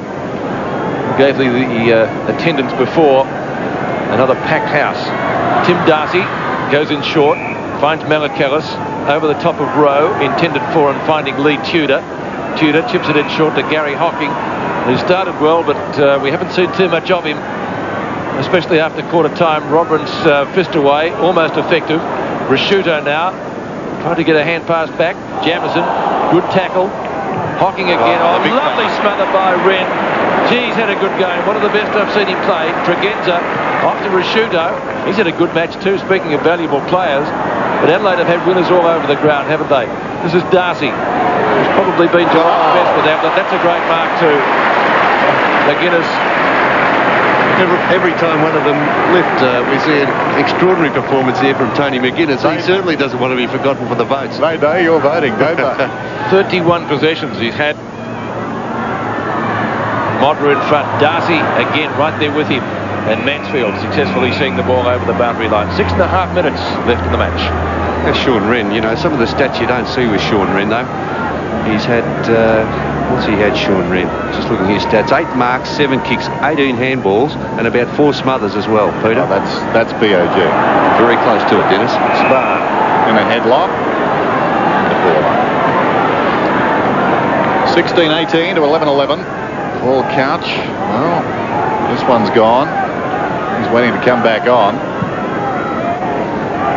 Clean possession down there. Very high kick out of defence, back towards the wing. Pushed out of bounds, Malakellus. Now look at that handball stat, Dennis. 144 handballs to Adelaide and 77 to Geelong. So it's nearly twice as many. It's remarkable, isn't it? Thrown in once more. Hinkley doing the ruck work that time. This is Pickering, who did it on the previous occasion. Now Barnes, knocked on by Hocking. What can the Cats do here? Bairstow storming around the grandstand side. Good-looking kick, but Hart's got some speed. They started side by side, but over 15 metres, Hart would be quicker than the veteran. Goes in short. This is McDermott, the general. Well, the picture is no clearer as far as Adelaide are concerned. Giant killers at home. They've been very meek away. Jamison, who turned 23 last Sunday, goes straight across the ground, taken by Lee out there. Rashuto has it. Liked his game tonight too. Visca running up towards the wing. Not a particularly good kick, but Smart's got it. Around Hinkley very easily. Modra again, the crowd like this. Modra's taken the mark about 35 metres out from goal. Well, we've still got about 4.5 minutes to play. It would be most unkind to Tim Darcy if Modra would have picked up a couple of late goals here. Yes, this time just got that metre and a half break there on Tim Darcy. And An excellent performance, though, by Tim Darcy, because the ball has been coming down there fairly often. Well, I suppose if somebody had said when we arrived at Football Park that Modra will have 9 marks, 10 kicks and 3 hand passes by this stage of the game, we wouldn't have thought he would have been kicking at only his second goal. He's missed this one as well, so still just 1 goal for the night. 1 goal 5, Dennis. The man who came in as the league's leading goal scorer, 16-19 to 11-11. Crowd starting to drift out, obviously sensing the Adelaide Crows have once again won at home. Well, with Sydney winning today, they venture there later in the week. Can it be interesting? Liptak up to half forward. McGrath powers away out to Barnes. Barnes at right centre wing. Tregenza slow to get started. Down to Ablett. It's a wrestle. Good tackle by Robran, the 2 number 5s. And Robran more than content to see the ball over the boundary line in front of Barry Stodham. Even though Gary Ablett's kicked 8 feet, it's been a pretty fair performance by young Ben Hart. 8 goals 6. Still only 18 years of age. Yes, Graham Corns. Don't look at me like that, Dennis. You don't think it has been? Didn't say that. McDermott. Oh, that was a bad hand pass. Scott had Rashudo pinned as soon as he got the ball. Bairstow into the goal square. Ablett, another one. 9. Oh, call Mike of Jordan. God, get him on the phone. So can Gary Ablett get 10? 9 goals 5 to Gary Ablett. He started the evening with 62 goals, 29 against his name for the season. And has had another great game here, of course. We always expect a lot from Ablett. He's very hard to hold, isn't he? Because he's so good at the second and third effort. Here we see him doing the roving. Great overhead, of course, Gary Ablett. Very strong in the one-on-one situations. Kicked 14 against Essendon, the little losing score at the MCG. The day Paul Salmon kicked 10. So back to the middle. Barnes lost sight of it. Neither ruckman able to get an effective tap out. Tudor a chance. Now Barnes again across his body. And the mark is taken by Stoneham in front of Bone. No, not Stoneham, it's Tim McGrath. McGrath goes with the long kick down towards half forward. 3 redheads on the Geelong side. There was Stoneham. Another one. Bairstow.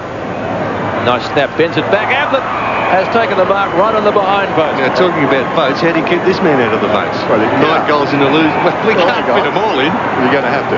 Now, this will be at 10, Gary Ablett, as we said, in double figures twice this season. Will he go for the banana from here, Dennis, or can he see a fair opening there? He might play on after the siren again, Lou. Maybe a banana. No? The drop punt.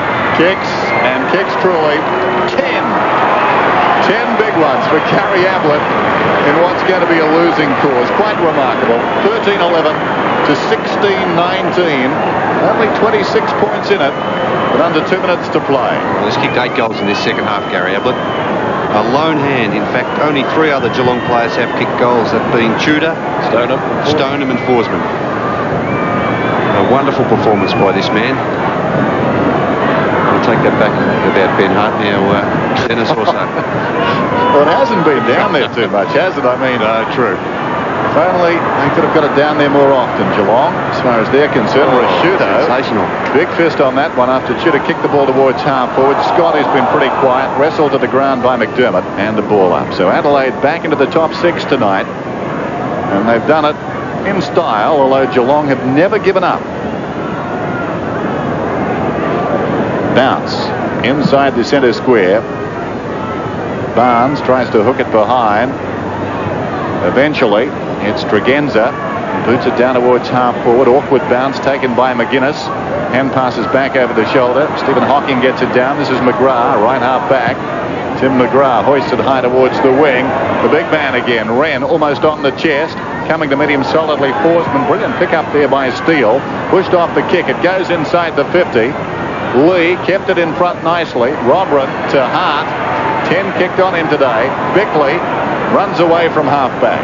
Mark Bickley, under 1 minute left in this match now. McDermott. Not a good effort. Could have done better. Maybe Jamison can. A bit of time on the bench. Marking contest. Modra. It's like one of my golf shots when I hit the ground. Well, it was about a 3-metre pass. To Darcy. And they're going to get away with this Geelong. Hocking. Or maybe they're not. Good smother. Tudor finally. Cats have played in fits and starts tonight. They have looked good on a few occasions. Forsman can't get clear. Tackle finished up low, but it was all right in the initial stages. And now Bairstow, long shot at goal over the head of Gary Ablett, and he's put it through for a goal. So Mark Bairstow kicking his first goal. Only the 5th Geelong player tonight to score a major. But the siren due to go, and that will add some respectability to their score. 95 to 115. They'll go down by 20 points. Well, apart from the slow start, it hasn't been too bad really by Geelong. They've reduced that margin. 31 points at quarter time. And now probably we've only got 2 seconds on the clock. The margin will be, of course, 20 points. 31 points at quarter time. Just goes to prove that you can't give a start in football. And Geelong giving a pretty big break. Bickley chases. There's the siren to end the game, and once again Adelaide running out winners at home. A good effort by the Crows. They had many fine players at both ends of the ground. 16-19, 115 defeating Geelong, 14-11-95. But Gary Ablett with 10 goals, Dennis, and a losing score. A tremendous effort at the other end of the ground. Absolutely outstanding. People were talking about the picture not being too clear as far as Adelaide are concerned, playing so well away and doing so well at home. And I guess the same holds true for the Cats, who normally this season have faded towards the end. Tonight they finished very strong indeed, but they gave too much away early. Quarter time 6-5 to 1-4, as we said. Giving that sort of start, it's very hard to win football matches, but I think the end result flatters Geelong just a little bit as we go down to Max Stevens. Max? Thanks, Dennis. Sean Wren, congratulations. I mean, your form tonight, exceptional. Oh, it's just good to get a bit of footy after a horror run, I suppose. A bad start of the season. It's just good to get the footy. It's a funny situation. I mean, you go to Princes Park, you get flogged, you come out here, you play 3 quarters of brilliant football tonight. From a player's point of view, how do you see that? We're going to take these wins as just another win, and we really got to beat the Melbourne Hoodoo, I suppose. And it's a good win tonight, but obviously Melbourne's the one we want, and it'd be a lot better if we won over there, I suppose, yeah. And I suppose did Graham make the point that a win tonight would whack you back into the 6? Oh, there's no doubt. The competition's so close, and you know, anything can happen. You keep winning, and you can vie for a spot. So early in the season, your form 50-50. I mean, coming back today and playing like that, I mean, it's really starting to work for you, isn't it? You just needed to put a few together. Oh, it's all fitness, and I mean, I struggle with my legs, I suppose, and just starting to get a bit of back now. So yeah, it's good. It must be so hard up there, that tall though, too, mustn't it? Yeah. Okay, Sean, thanks for talking with us. Sean Wren there, probably best on ground tonight. Right, thank you, Max. He certainly rucked well, Sean Wren, and was instrumental, especially early on, in the Adelaide Crows win. So repeating the final score, the Crows 16-19, 115, 20-point winners over Geelong, 14-11-95 at Football Park. We'll be back shortly. 7 Sport congratulates Adelaide.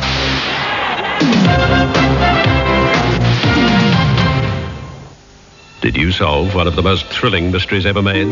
Now Helen Mirren is back in her award-winning role. Our prime suspect has to be whoever was living here when she was buried. What they found at the bottom of the garden are the pieces to a grisly puzzle. She had the most beautiful skull I've ever seen. Now the challenge is yours. I buried her so deep you never found her again. I want evidence. They're all guilty. I want corroboration. I want to solve this case. Prime Suspect 2, Sunday on 7. Introducing the all-new Holden Apollo. It will change the way you look at Australian 4-cylinder cars. The new Holden Apollo is the largest, roomiest, most powerful 4-cylinder Holden ever. Seeing is believing. The new Holden Apollo. When it comes to earning extra frequent flyer points, there really is only one choice. Diners Club. Because every time you use your Diners Club card, you earn 1.5 points for every dollar you spend, which is a lot more than any other frequent flyer program is offering. That's why Diners Club is the first choice for frequent flyers. We love 7. Stick one of these on your bumper and win great prizes. Have you got a Channel 7 bumper sticker yet? There's $30,000 worth of prizes up for grabs, and if your car's displaying a heart, you could win. Pick up a sticker from any of Samuel's 10 beautiful stores, Shell service stations, the Queensland Tourist Bureau and Channel 7. Just watch 7 Nightly News, Real Life and Home and Away, and if you see your number plate, you could be a winner. Yibbida. I love 7. I wanted to hire the finest long-distance marksman in the world. The promise of easy money brought him from America's Wild West to Australia's Outback. Star of An Innocent Man, Tom Selleck. Pretty Woman's Laura San Giacomo. Robin Hood's Alan Rickman. Big Steel's Ben Mendelsohn. He fell in love with the country. I don't reckon the lady's all that anxious to get in your wagon, mister. And a beautiful woman. You sure look pretty in the morning sun. The biggest motion picture ever made in Australia. The TV premiere of Quigley Down Under, 8:30 Monday on 7. Geelong fighting it right out to the end, going down in the end by 20 points. Gary Ablett finished up with 10 goals, 6 for Geelong, and they had only 4 other goal kickers. For the Crows, Nigel Smart was their major contributor. He got 3 in the first quarter, finished up with 5. Mark Bickley got 2, Matthew Liptak 2, and Randall Bone also kicked 2 goals. So I guess, Bernie, as I mentioned before, just before the break, that you can't give starts in league football, and the start that Geelong conceded in that first quarter, 6-5 to 1-4, well, they never got back into it, really, did they? Yeah, well, that's right, Pete. That's basically where they lost the game, 6-5 to 1-4, as you said. 31-point margin at quarter time. They did reduce that margin to 20 points at the end, but they just didn't have the players. The on-ball players certainly did the damage, and Sean Wren played a magnificent game in the ruck. Tony McGuinness, Mark Bickley with 30 possessions. Simon Tregenza had 24 possessions. Chris McDermott had 30 possessions. You can just keep on going with these blokes. Mark Rashudo across half-back. Yeah, fantastic performance by him, 31 possessions. And you look at Geelong's possession rate, their chief winner would have been Mark Bairstow with around about 32. But apart from him, it's very hard to find some very good midfielders. The interesting one, and you drew our attention to it during the final quarter, the handball, second from the top there, 153 to 82. Yeah, quite amazing. It's just the support. They play with so much confidence here at Football Park in Adelaide, this side. Last week completely looked lost playing at Princess Park against Carlton, but here they found their confidence returned, everything fell into place. They supported each other, they ran in numbers, especially from half-back. They played terrific football setting it up into that forward line from that part of the ground. Well, speaking of grounds, at the Sydney Cricket Ground this afternoon, we heard the score as we were arriving at the ground. The Sydney Swans finally winning their first match for the year to break a long drought. And the drama happened in the third quarter, and Richard Osborne was in the thick of things. Doreen goes long, Osborne doubles back, and he's got it. That has kicked 4 so far, Richard Osborne. And now 5, 9-point lead. Got to go long, kick it now. Osborne gets away again. It makes no difference to Richard Osborne. Well, he had a paddock in which to move. Osborne going for goal number 8. A beautiful looking kick. Yes! Oh, no. Got the read. Richard Osborne. He's got it. The full forward for goal number 9. Oh, he's close. It's a goal. He hooks it back. He's looking for Osborne. Osborne at the back as well. Yes, great effort by the Swannies up there in Sydney today, and Richard Osborne playing an absolutely superb game. And rather interestingly, Adelaide plays Sydney next Friday night under lights. Should be a beauty. Is it going to be a danger game? I guess we'll find out in a few days' time. We'll take a break. Back at Football Park after this. The name of the game is Australian. Waiting for a life insurance policy to mature can be like a long stretch in Yatla. Now there's a way you can cheat time and break into the future without losing money. So far as we are aware from our research, the first time this has been done in Australia. It's a new way of making extra money. The interest has been overwhelming in our first 3 months of operation. A special report that might put a big smile on your face exclusively on 7 Nightly News Monday nights. Nobody knows news like 7.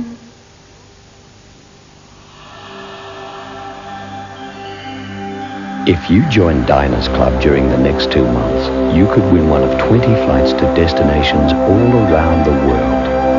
By simply becoming a new member of Diners Club, you could receive a flying start to frequent flying with flights to Europe, Singapore, Hong Kong and Japan to be won, as well as holidays to Hayman Island. So join Diners Club now for your flying start. As you know, whenever you eat, plaque forms on your teeth. And when you rinse with plaques before you brush, it loosens the plaque so your toothbrush can remove it more effectively. Well, now new plaques not only helps remove plaque, but it keeps working for hours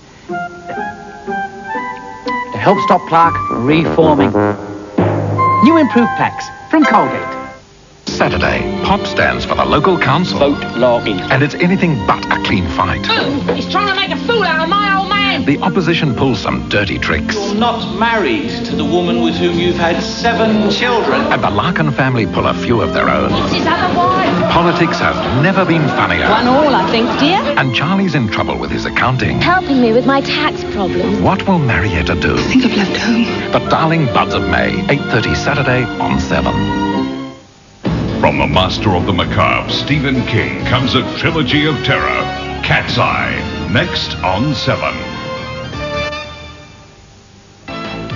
Time now to check the CUB AFL 1993 Premiership Season League Ladder. And at the completion of round 13, the 6 is North Melbourne. From West Coast, Hawthorn, Essendon, Carlton and Adelaide. Adelaide moving up from 9th to 6th. And as we look further down the ladder, the Cats, who started the night in 8th position, have dropped to 9th place, 1 game outside the 6.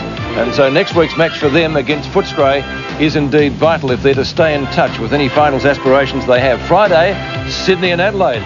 It's going to be an interesting affair after the Swans winning their first match the day of the year, and they certainly will be buoyed by that. The other games on Saturday, Geelong, Footscray, Fitzroy, North Melbourne, St Kilda, Melbourne, Essendon, Brisbane, and then on Sunday, certainly the match of the round, West Coast and Carlton over at Subiaco, Richmond plays Collingwood, and Hawthorn has the bye in round 14. Check your local guides for details of our coverage. Hope you've enjoyed our coverage tonight from Football Park. Hope you can join us again next week. Good night to you all.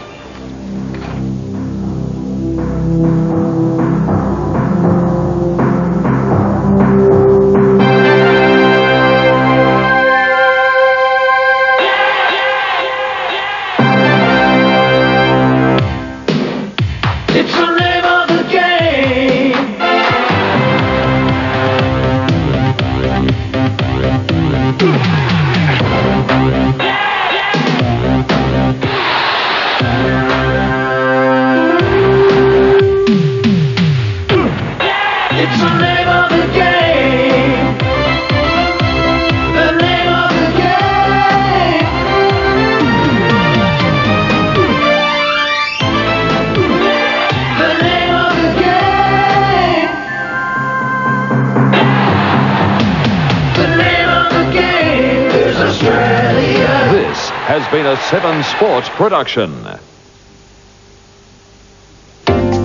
Football 93, proudly brought to you by Mitsubishi Motors, BP Australia, Carlton and United Breweries, Telecom Australia, McDonald's, Nike, Ansett Australia and Foodland. Monday on Real Life, 2 major exclusives. Broken-hearted allies. Don't worry, there are no other women, just you. Duped by the US Marine with a girl in every port. I want to make love to every inch of your body. His Aussie lover strikes back with a breach of promise suit, and we put Adelaide's water under the microscope. It's enough to make you sick, really sick. We're really threatened with serious problems. Our test results will shock you. Real Life, 6:30 Monday on 7. For great entertainment, it has to be 7.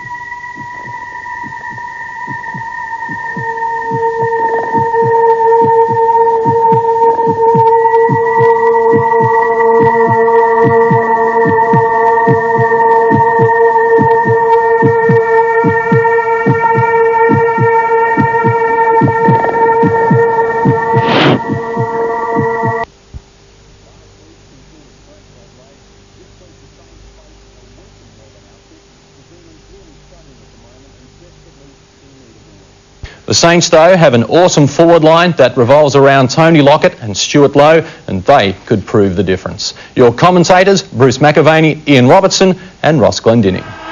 So Melbourne go to the right and St Kilda to the left in a game that many people feel is Melbourne's last chance to make a statement in this season. Stynes wins the first